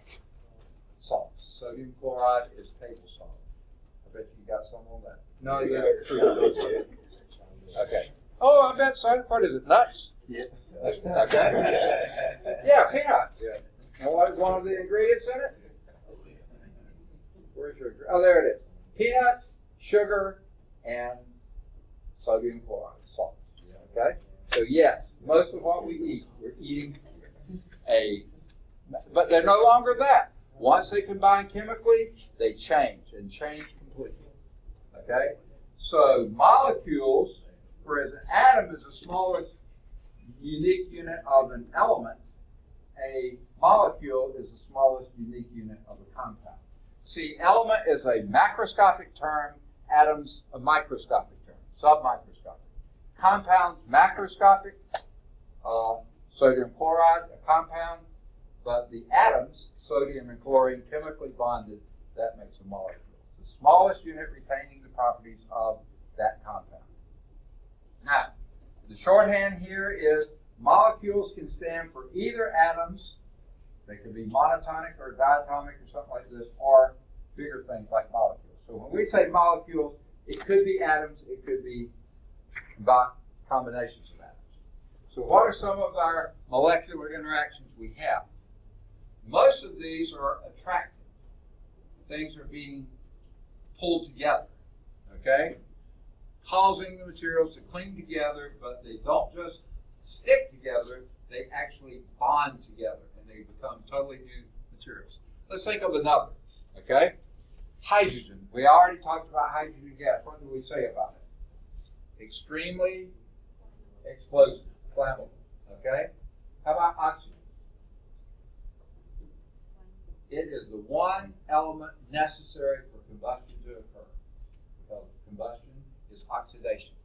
So here we have an explosive gas, and the one gas that's necessary for burning to happen. And what happens when we combine them chemically? We get water, which we use to put out fires. Okay? So isn't that ironic, okay? Something that's explosive combines with something that is necessary for combustion, and yet when they bond chemically, we can use it to put out a fire. Okay? Bizarre. They change completely. Okay? So usually these molecular interactions are attractive, materials clinging together. There are two types of this. One of these is called cohesion. Co meaning with, sticking together with each other. These are attractive forces between like molecules. And one of the key ones of these is indeed water. Water molecules hang on to each other with a force that's just incredible. Because if you look at a water molecule, it's H2O. 3 atoms in it. H is one molecular weight. The other H is another molecular weight. And oxygen has molecular weight of 16. No. Yeah, 16. 16 plus 2, 18. Molecular weight of 18, if you look at any other substance known to man, okay, or whether we know about it or not, with a molecular weight of 18, it's going to be a gas. In fact, many gases are much heavier than that. Oxygen gas is O2, that's 32, right there. Nitrogen is 28. Carbon dioxide is 44. Molecular weight is much heavier than water, yet water is a liquid at normal temperatures and pressure. Why? Because they have strong cohesive bonds between one water molecule and another. It's called a hydrogen bond because water is made of H2O. It's not HOH. It's not like that. That would be nonpolar. It's always H2O. The hydrogens tend to be positive, the oxygen's negative. Okay? So therefore they're slightly charged. And then the next water comes along, the hydrogen wants to attach to the oxygen, and the oxygen attaches to a hydrogen, and they form these really, really strong bonds. That's cohesion. Attractive forces between like molecules. Another type is adhesion. Okay? And this is attractive forces between unlike molecules. Have you ever looked at what they call a capillary tube? You know what that is? It's a very small diameter tube. Stick it down in water or alcohol or something like that, and you actually see the water rise in the tube. And the reason for that is water is attracted to the glass, and the glass is pulling the water up the tube. That's cohesion. Adhesion. Attractive forces between unlike molecules. That would be water wetting the skin, okay? Unless, of course, you have oil on your skin or grease. And then the water won't wet at all, will it? Until you put a surfactant there, soap, to make it wet. All your glue mechanisms, that's why we call them adhesives, okay? Adhesive tape. It sticks unlike things together, okay? Now, there are some interactions that are also repulsive, okay? Just mentioned one, grease and water. They don't want to have anything to do with each other, okay? Water will beat up on a greasy surface or a waxy surface, or oils will beat up on top of water, okay? Because they're repulsive. Water beating up on wax. That's why you wax your car, so the water doesn't adhere to it, it repels. And your car looks nicer, right? Now, this gets to the phases of matter. Now, in the old days, back when I was in school, we called these the states of matter. What were they? Are they? Gas, liquid, solid. Second? Gas, liquid, and solid. You got it, okay? We used to call them states of matter. Nowadays, the better phrase is phases of matter. Because when quantum mechanics came along, they called a state an energy level. So you don't want to use the same word for two different things if you can help it. So these are called the phases of matter. What is it that makes a solid a solid?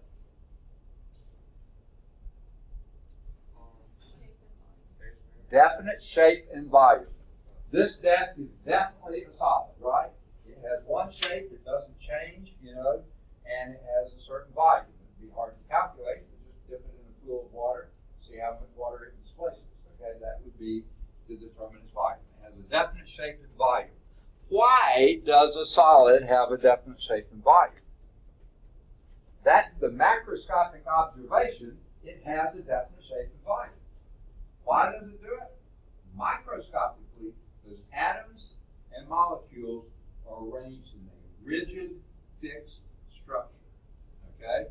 We call that a crystalline structure. Okay? Your picture in the book does a really good job of that. Figure 4.2, I thought they might have it here, but they don't. But all the molecules are in place, and they don't move around each other. So that gives it a definite shape. Also gives it a definite volume within certain tolerances. Okay? because in the illustration here, this is just a model. This isn't really what it looks like, but they're held together with chemical bonds, but they make them look like springs here, which allows the molecules to vibrate, but they just can't move around each other. They just vibrate, okay? And what makes them vibrate more? Heat, exactly. Add energy to it, you increase the vibration, okay? We'll get to that later. But that's what allows them to vibrate. And that's why I said a definite volume within some tolerances, because most materials, when you heat them up, what do? Expand, exactly. And when you cool them, they contract, okay? So sure enough, they have a definite volume, but it can be adjusted ever so slightly by heating or cooling. And it has this rigid 3D structure, three-dimensional structure. Now, most of the crystals are three-dimensional. There's a few that are two-dimensional. We'll talk about those later, too. But the atoms and the molecules are bonded in place. They do not move around each other, okay? The allowed motions are restricted to vibration. That's all you can do within that is the vibration, okay? Now, typically, how do we make a solid become a liquid? Second? Okay, and how do you melt it? Someone may have said it? Heat it up. Heat it up, exactly, okay? Now, like I said, when you heat it up, the vibrations happen more energetically. They move a little bit further apart, and at some point, you heat it up and they break. Those bonds actually break. That's what we call melting, okay? And that's why then it melts. Now the molecules are free to move around each other. Before they couldn't because they were in that fixed crystalline structure, okay? So here's what a liquid is. You still have a definite volume because those liquid molecules still want to stay close to each other, but they don't have this crystalline structure so they can slide past each other. So they have a definite volume, but now the shape depends on the container, an indefinite shape. You can pour it into a big long column like this or into a deep dish like this, whatever you do. Now, what you have now is only weak cohesion bonds between the component molecules. You're no longer fixed, rigid bonds like you did in a solid, but you have cohesive bonds that keep them close together, but let them move past each other. The constituent molecules are mostly in contact with each other because of that weak cohesive bond, but they are allowed to vibrate, rotate, and limited translation. Okay? This is a picture of the liquid molecule. Now this happens to be a diatomic molecule, and they can vibrate. That's what this is showing. Rotate and do a little bit of translation, linear type motion. Now, how do you change a liquid to the next phase? What is the next phase? Gas. How do you change a liquid to a gas? Heat it up, exactly. Add more energy to it. And now, what you're breaking is these weak cohesive bonds. At some point, you heat it, and liquid will expand too when you heat to a certain extent, but then at some point, they start breaking away and no longer are bound to each other, even by these weak cohesive bonds, and that's what forms a gas. And a gas, indefinite volume and indefinite shape. So if I were to open a bottle of ammonia up here and then sneak out of the room, okay? After a while, Trey and Hannah and Taft, their eyes are going to start watering and and feeling pretty miserable. After a while, even Cole back there is going to notice there's an open bottle of ammonia up here, okay? Same thing works for perfume, but I like to use ammonia. And because the molecules escape from the ammonia and spread, fill the whole space. Indefinite volume, indefinite shape. Nothing's holding them together, okay? What do you have then? Individual molecules just doing anything they want to. And every now and then they'll bump into each other, but they don't stick. They are elastic collisions, and they just keep on shape. Molecules are mostly not in contact with each other. The allowed motions are there. Vibrations, sure, okay, all they want. Rotation, yeah, no problem with that either. and then translation, random free motion. Doesn't matter where they are. That's what's a gas. Are those our only phases or states of matter? That's all you said, wasn't it? Is it really all? There is one other. It's called a plasma. Does anyone know what a plasma is? Now, that's not the part of the blood that you sell. That's not what we're talking about. Give them the same name, but it's a different thing.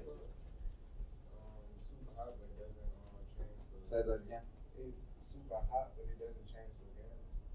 Okay. Really close. Okay. Before we get to it, how would you guess we go from a gas, and you're right, it's related.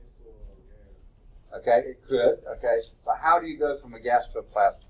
Make a guess. Heat it up. Heat it up, exactly. Add more energy to it. Okay? And what you're doing then, you're actually making it either gain or lose electrons. And it's no longer a neutral atom or molecule. It now becomes an ion, which means it's charged one way or another. Do we have any plasmas in the room? What you think? Look toward the right place. Yeah, these fluorescent tubes. It's exactly what you got going in there.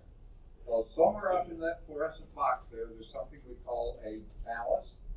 What is that actually? Anyone know?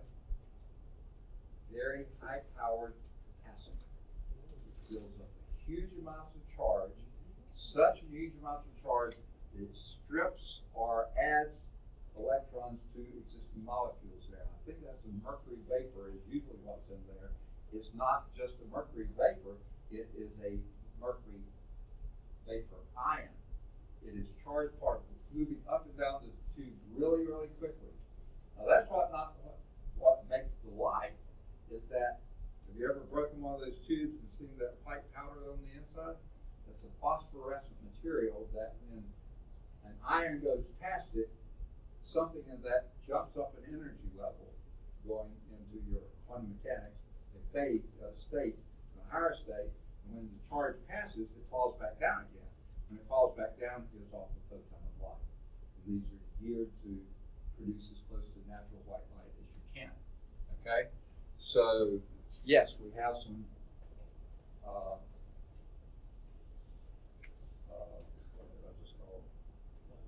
plasma in the room. Okay, ionized gases is what a plasma is. You've added more energy and actually stripped off electrons or added electrons.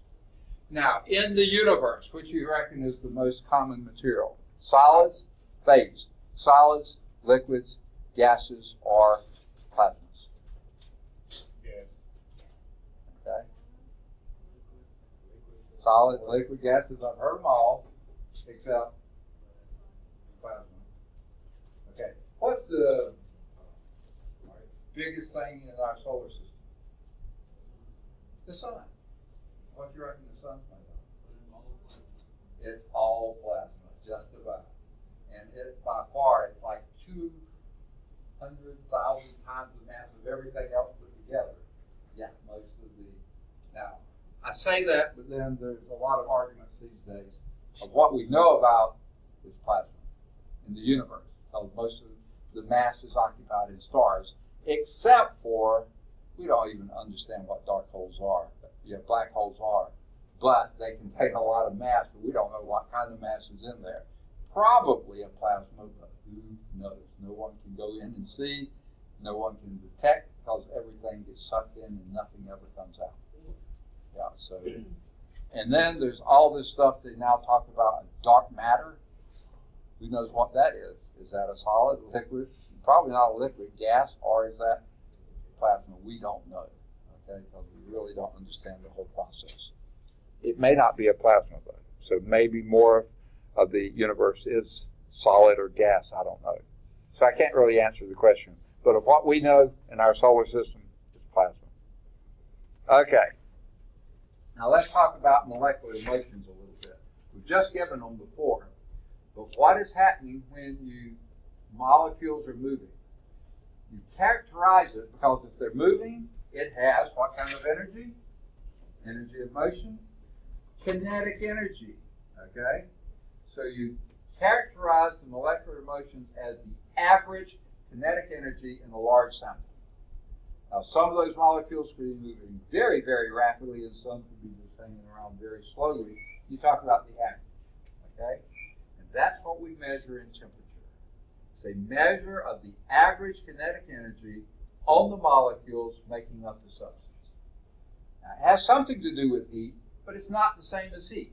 Temperature is the average kinetic energy on the molecules making up the substance. Okay? Now, that average kinetic energy is proportional to the temperature is proportional to the average kinetic energy in the substance.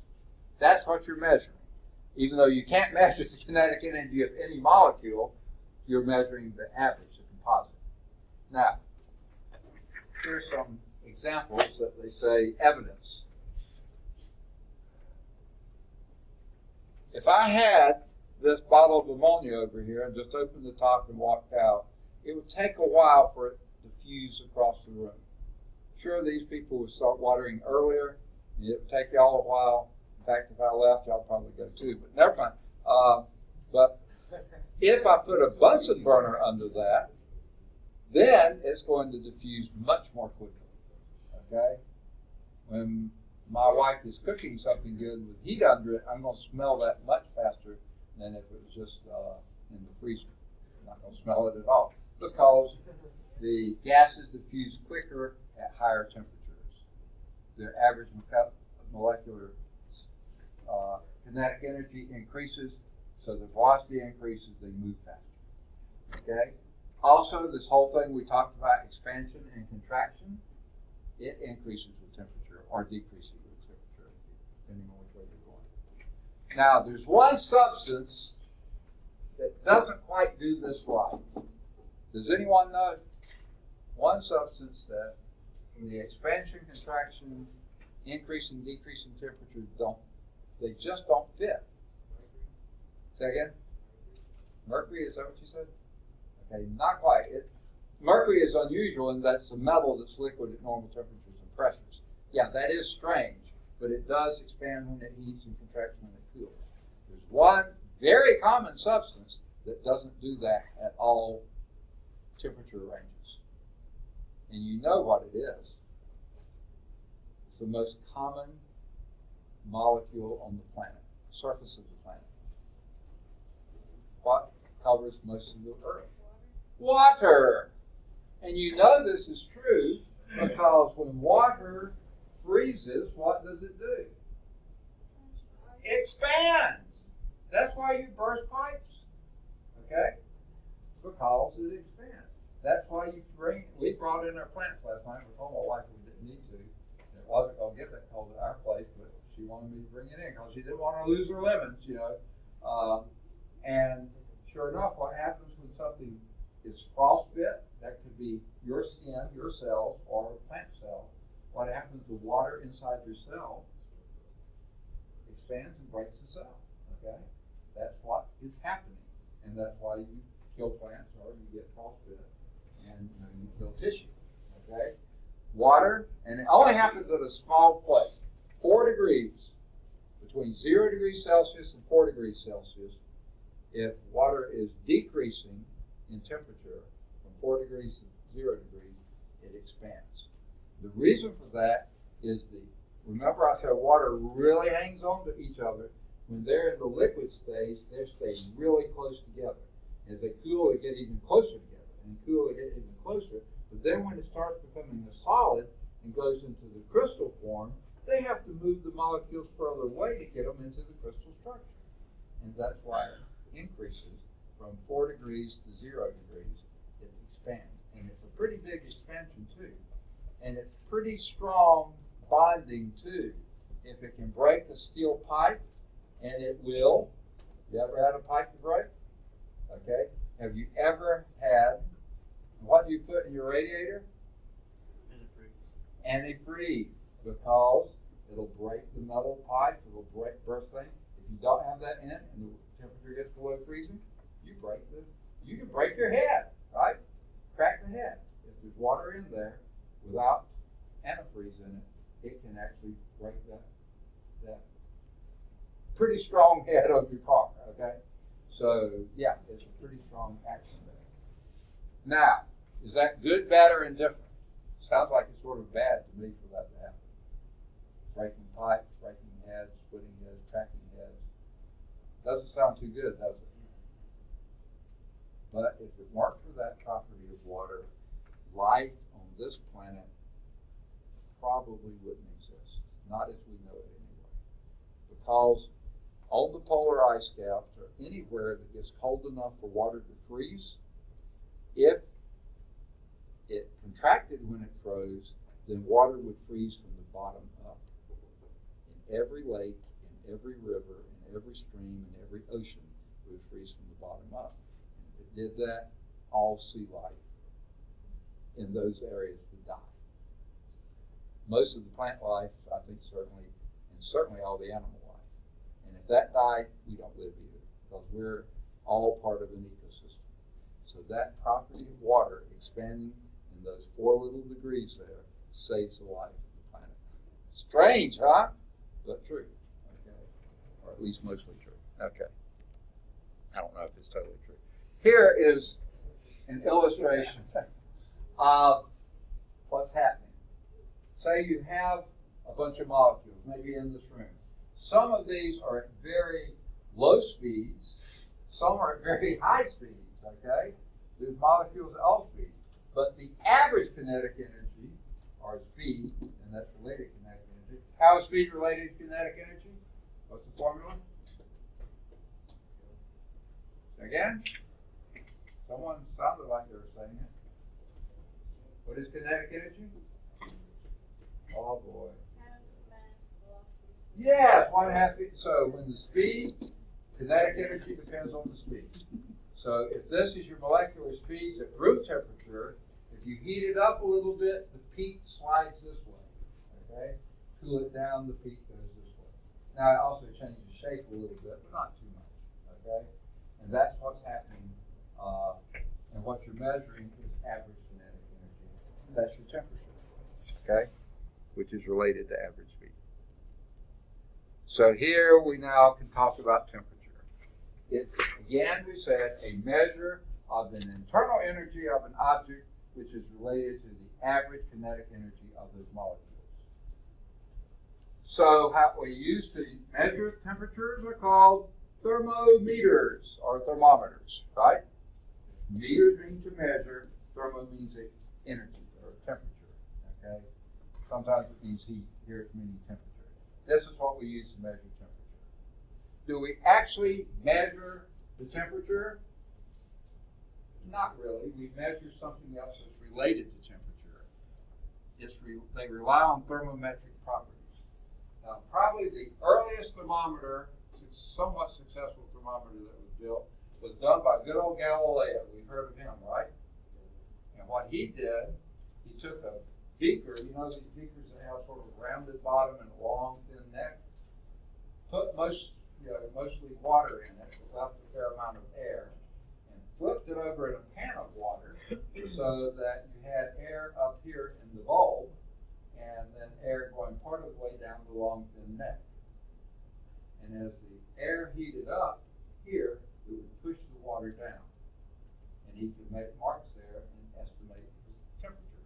Was he measuring temperature? No, he's measuring the thermometric property of expanding air in warmer temperatures and contracting air in smaller temperatures.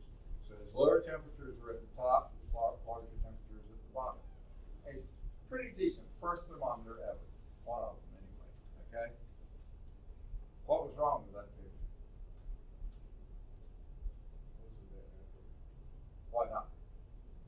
Oh, number one, you have to have a very thin tube, to get really good measures. So many degrees between a very small space. Yeah, in that sense, yeah. It's what?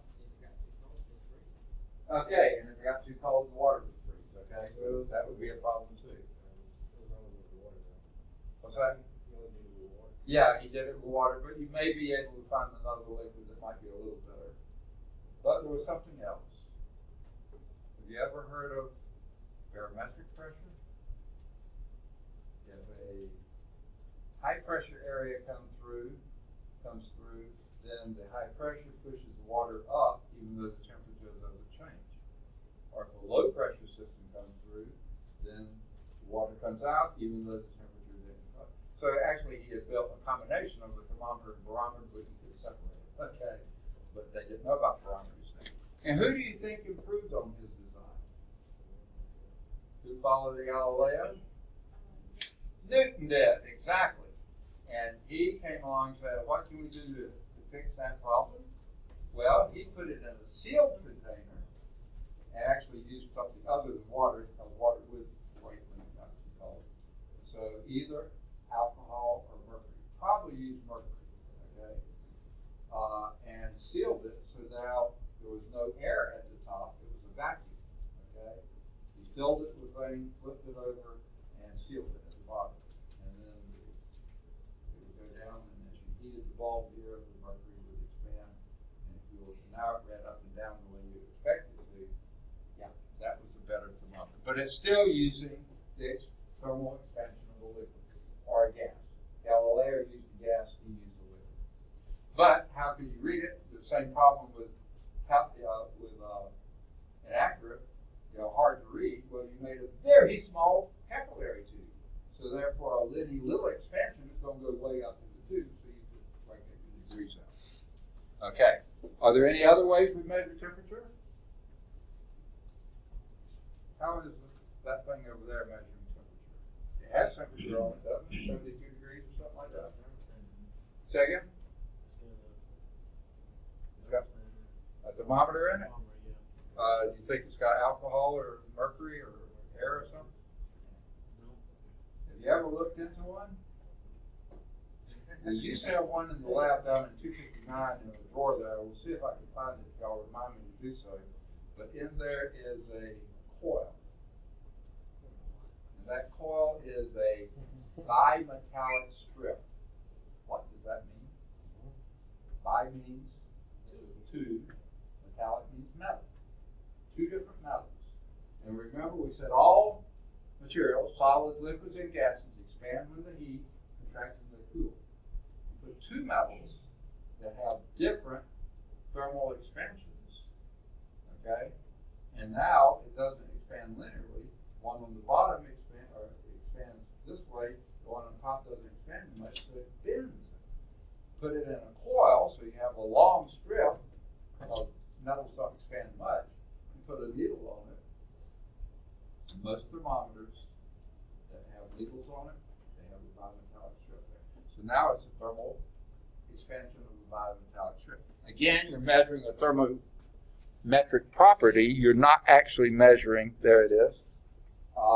Iron on top, brass on the bottom. Brass has a greater thermal expansion than iron does.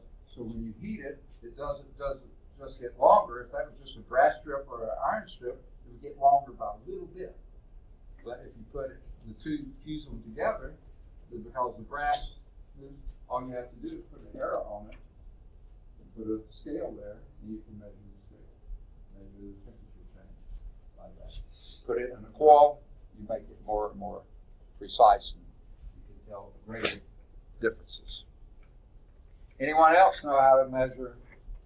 Do you ever measure temperature with something? Y'all have any thermostats in the car? Oh, how does that measure? Anyone know? There's several kinds probably in your car. One of them is called a thermistor, right? Have you ever heard of one? A thermistor? Have you? Do y'all use them? Changes resistance based on temperature. Say again? It changes resistance based on What kind of resistance? Electrical resistance, absolutely. You increase temperature, you increase electrical resistance. So you have a meter measuring electrical resistance, but you actually scale it for temperature. Okay? That's what a thermistor is. I bet you have thermocouples. Anyone ever heard of a thermocouple? That can measure that measures temperature. Thermocouple, two dissimilar metals, their characteristics change with a change of temperature.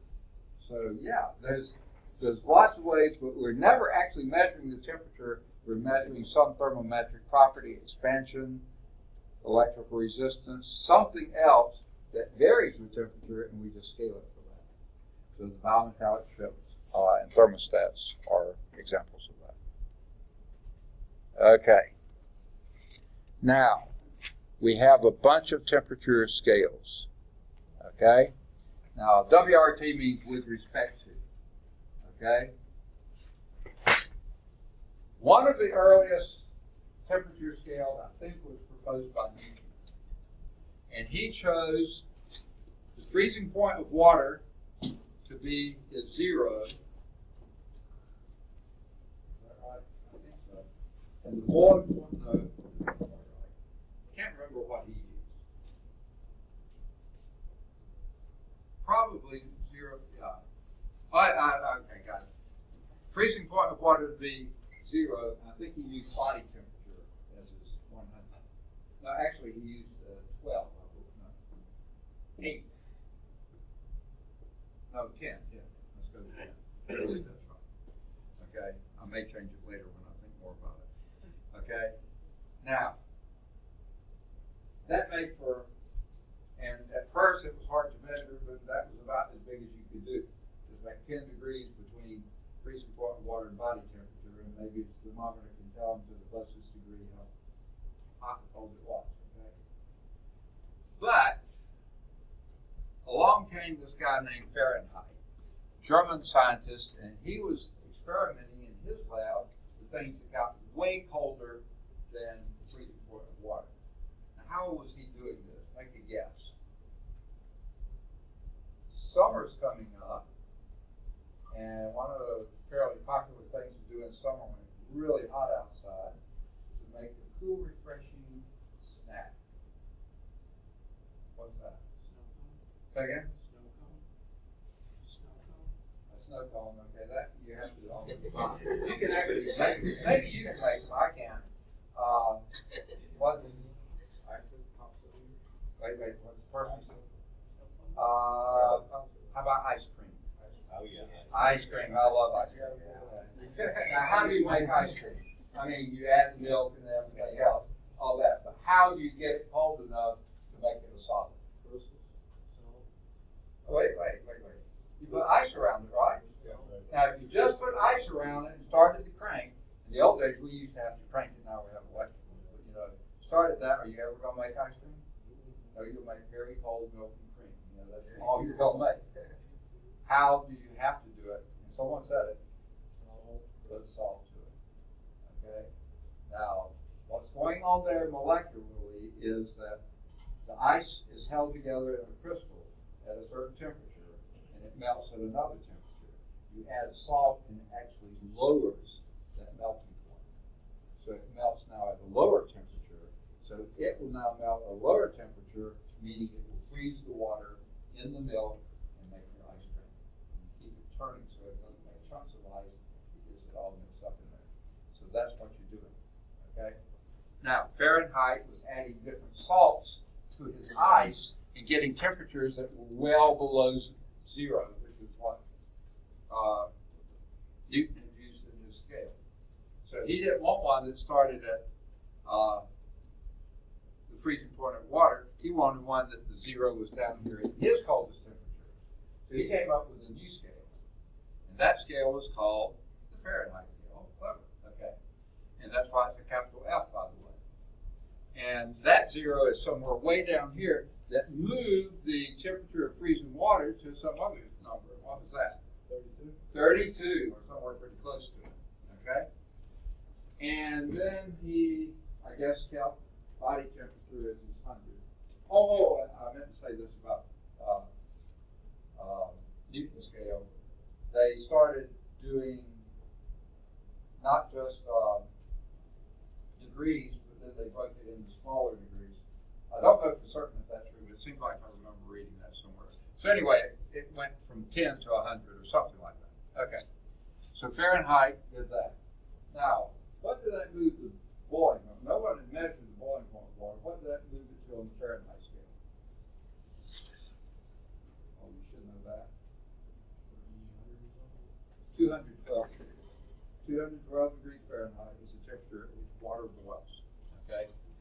he didn't really care about that. He was doing the cold stuff. Well, along came this other guy, Anders Celsius. I think he was Swedish. And he said, you know, different people have different kinds of salts and different things out. Fahrenheit scale isn't really good. Let's get back to something that we know what it is. It doesn't depend on the concentration. Let's get back to sort of what Newton did. Okay, 0 is the freezing point of water, and 100 is the melting point of water. Now, Newton had that body temperature, so this moved it down to 100 degrees Celsius was the boiling point of water. That was 212 degrees Fahrenheit, 32 degrees Fahrenheit for the freezing point. Okay, hang on to that concept for a while. But then came good old Lord Kelvin, William Thomson, the guy who took Joule under his wing and helped him out some. He was one that did a whole lot of thermodynamics. He basically formulated the 3 laws of thermodynamics. He and others, but he was macho in it, okay? He said, remember that problem that Fahrenheit had? He didn't want negative temperatures. He wanted 0 to be as low as he could go. But you know what? After a while, they came up with ways to get lower than Fahrenheit 0. So now we still have negative temperatures. And since we talk about temperature as being average kinetic energy of the molecules, right? Isn't that what temperature measures? Can the kinetic energy ever be negative? Because it's 1/2 m. 1/2 is not negative. M, mass is never negative. Velocity, speed, squared is never negative.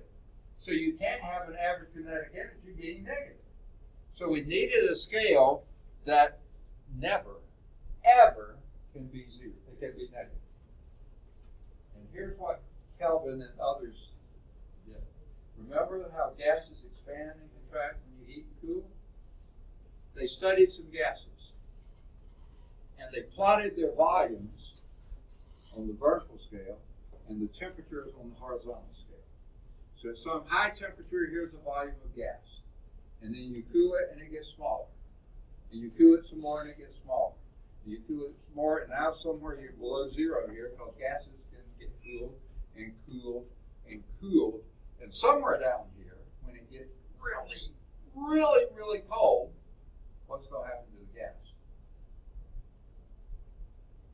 It condenses and becomes a liquid. You've taken away the energy and it goes back to being a liquid. But for all this track down here, that volume versus temperature line was pretty much a straight line.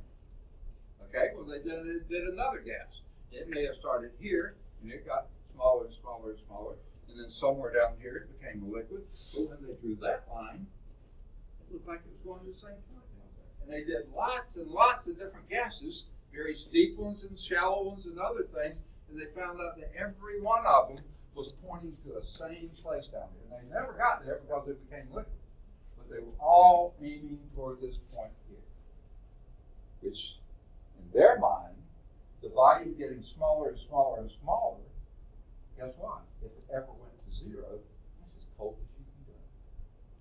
And they called that absolute 0. And that became the Kelvin scale. There are no negatives. You can't get any colder than that. Now, in the early days, they said that's where all motion stopped. Because what gave it volume was the molecules bumping around, and that you heat them up and they bump more and it gives a larger volume. You cool them down, they bump less energetically, and they get a smaller volume. Okay? And then when it gets to 0, it stops. Well, they know that doesn't happen now. Quantum mechanics says it reaches its lowest energy level, but it still has some energy. But anyway, that became Kelvin's 0 scale. Now,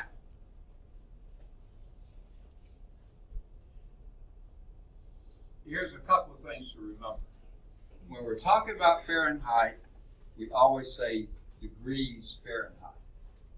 A little symbol, like a little circle, superscript circle, that stands for degrees, capital L for Fahrenheit. When we're talking about Celsius temperature scale, degrees Celsius, capital C for Celsius. Okay? Named after somebody. But when we talk on the Kelvin scale, it's just K. Never a degree symbol. Ever. Just K. 0 K. Absolute 0. Okay? Now.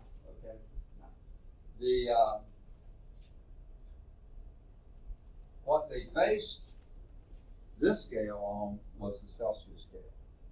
So what temperature was 0 Celsius, from there until you got to that 0, you dropped another 273 Celsius degrees. So negative 273 Celsius is 0 K. Okay? So that makes 0 Celsius 273 K. It made the boiling point 373 K, another 100 degrees Celsius bigger than that. And then you kept on going. Okay. So those are our 3 scales. And here's sort of a rough example of this.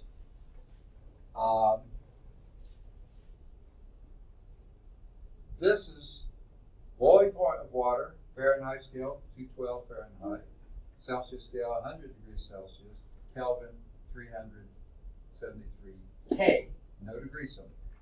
Freezing point of water, 32 degrees Fahrenheit, 0 degrees Celsius, 273 K. 0 on the Fahrenheit scale really doesn't mean anything much. It's just really cold. That would be minus 18 degrees Celsius, 255 K. Okay. Absolute 0, if you could ever get there, would be negative 459 degrees Fahrenheit. That is cold. That's as cold as you can go. Negative 273 Celsius or 0 K. You can't get any colder than that anywhere, anyhow, anyway. That's as cold as you can go. You will never have a negative temperature on Celsius, on the Kelvin scale. Okay?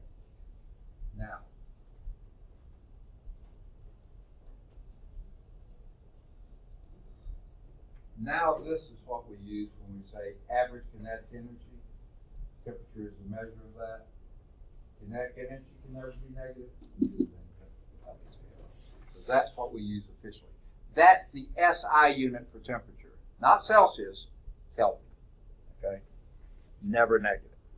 Ever. Now, how do we go back and forth between these scales? These are called our conversion formulas. Okay? And here's what it's based on. Okay?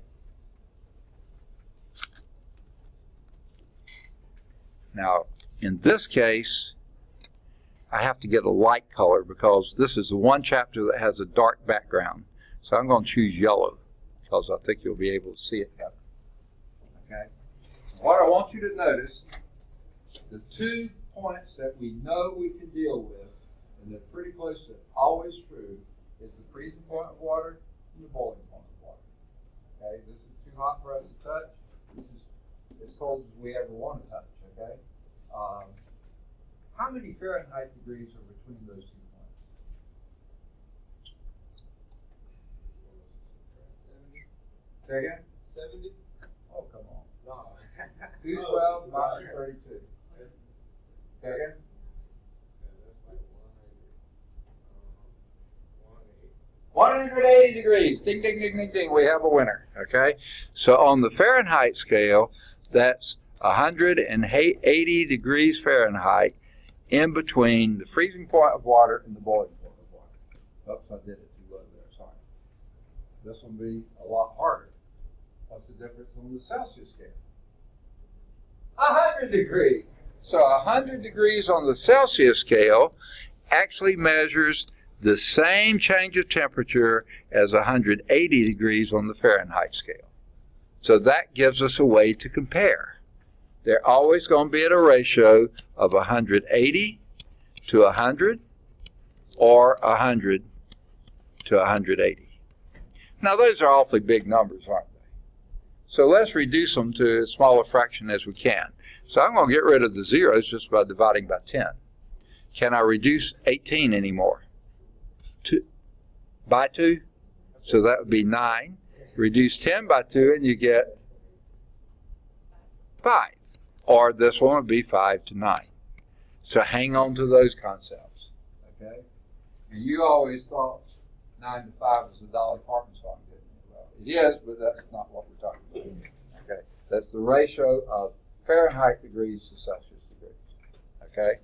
So let's fast forward then back to our conversion formulas. Here's what they are. If you're going from Celsius degrees to Fahrenheit, what you need is a ratio that's going to be Celsius in the denominator, 5, to Fahrenheit in the numerator, 9 to 5. Okay? Because remember, a Fahrenheit degree is smaller, Celsius degree almost twice as big, so you'll need more Fahrenheit degrees to make the same number, same temperature change in Celsius. So there's your ratio. So, degrees Celsius, the freezing point of water is 0, and 9 over 5 times 0 would be 0. To make it the freezing point in Fahrenheit, you have to add 32 to it. So, after you do the 9 to 5 times TC, then you add 32. Okay. If you're going the other way, from Fahrenheit to Celsius, the first thing you've got to do is get down to 0. The freezing point of water is 32 Fahrenheit. So this is how many degrees above freezing you are, or it could be below, but usually above. Then, how many degrees Celsius it is, you're going to have to subtract the 32 to start with. That gives you how many Fahrenheit degrees above freezing. And then, 9 degrees Fahrenheit is 32 Celsius, is 5 Celsius. So you cancel out the Fahrenheit, and that gives you degrees Celsius. So in this case, you do 5 over 9, but you subtract the 32 first before you do the conversion. Up here, you do the conversion and then add 32 to get up to Fahrenheit. Now, Kelvin to Celsius. If you know what Celsius is, add 273, you got Kelvin, right? Remember your scales? It's always 273 grade. If you went the other way, temperature Celsius would be what? Temperature Kelvin minus 273. So if you know Kelvin, subtract 273 from it and you've got Celsius. Because Kelvin's always 273 more than Celsius. There's not a really easy thing to get from Kelvin to Fahrenheit. How do you do that? Okay. How do you shoot a blue elephant? With a blue elephant gun, of course. Okay. So how do you shoot a red elephant? No. You don't need to go buy a new gun. You swing him around by the trunk till he turns blue, and then use your blue elephant gun, right? Okay. So the same thing here. Don't come up with anything new. If you're trying to get from Fahrenheit to Kelvin, first go from Fahrenheit to Celsius, and then Celsius to Kelvin. Swing them around first, and then use the same thing. Okay. So. All right. Now, here's a place where we have two options. It's already 4 o'clock. Yeah, sorry about that. We're supposed to have started lab at 3:15. So we're 45 minutes late starting lab. Now, if you're tired of lecture, we can go on and do the lab and maybe get it done in an hour and 15 minutes. I think we probably can. Or we can continue in chapter 4 and then do lab next time. Which would you rather do? Next time. Okay, but we continue in chapter 4 now. You got that part right? Okay? I think you... Okay. You want to stop and do lab? Or you want to just go all the way through and do the lab next? Okay, stop and do lab. If we don't have time to finish the lab today, I think we will. Then we can finish it next time too. Okay? And then next time we'll have 2 hours of class, and we'll get through heat pretty much, I think, then. And then we'll have 2 hours of lab on heat, and then do the test. Okay? So, before you go anywhere, let me give you the labs. Whoa, they're down in the copy room, I'm sorry. So go on, we're going down to this lab again, 253, just right down the hall here, not the one down there. And I'll be with you in just a few minutes, okay? The lab down here, 253, I'll be in just a few minutes. I got to go get a copy of the lab and then get set up. Anybody got research paper? Yeah, research paper is a good idea. Is that what you said? Yes, Yes, sir. All right, good for bringing that up. Here's mine. Oh, really? Good. Look at that. I know. I figured that must be why you said something, okay? All right. Is this another one? Look at that. Okay.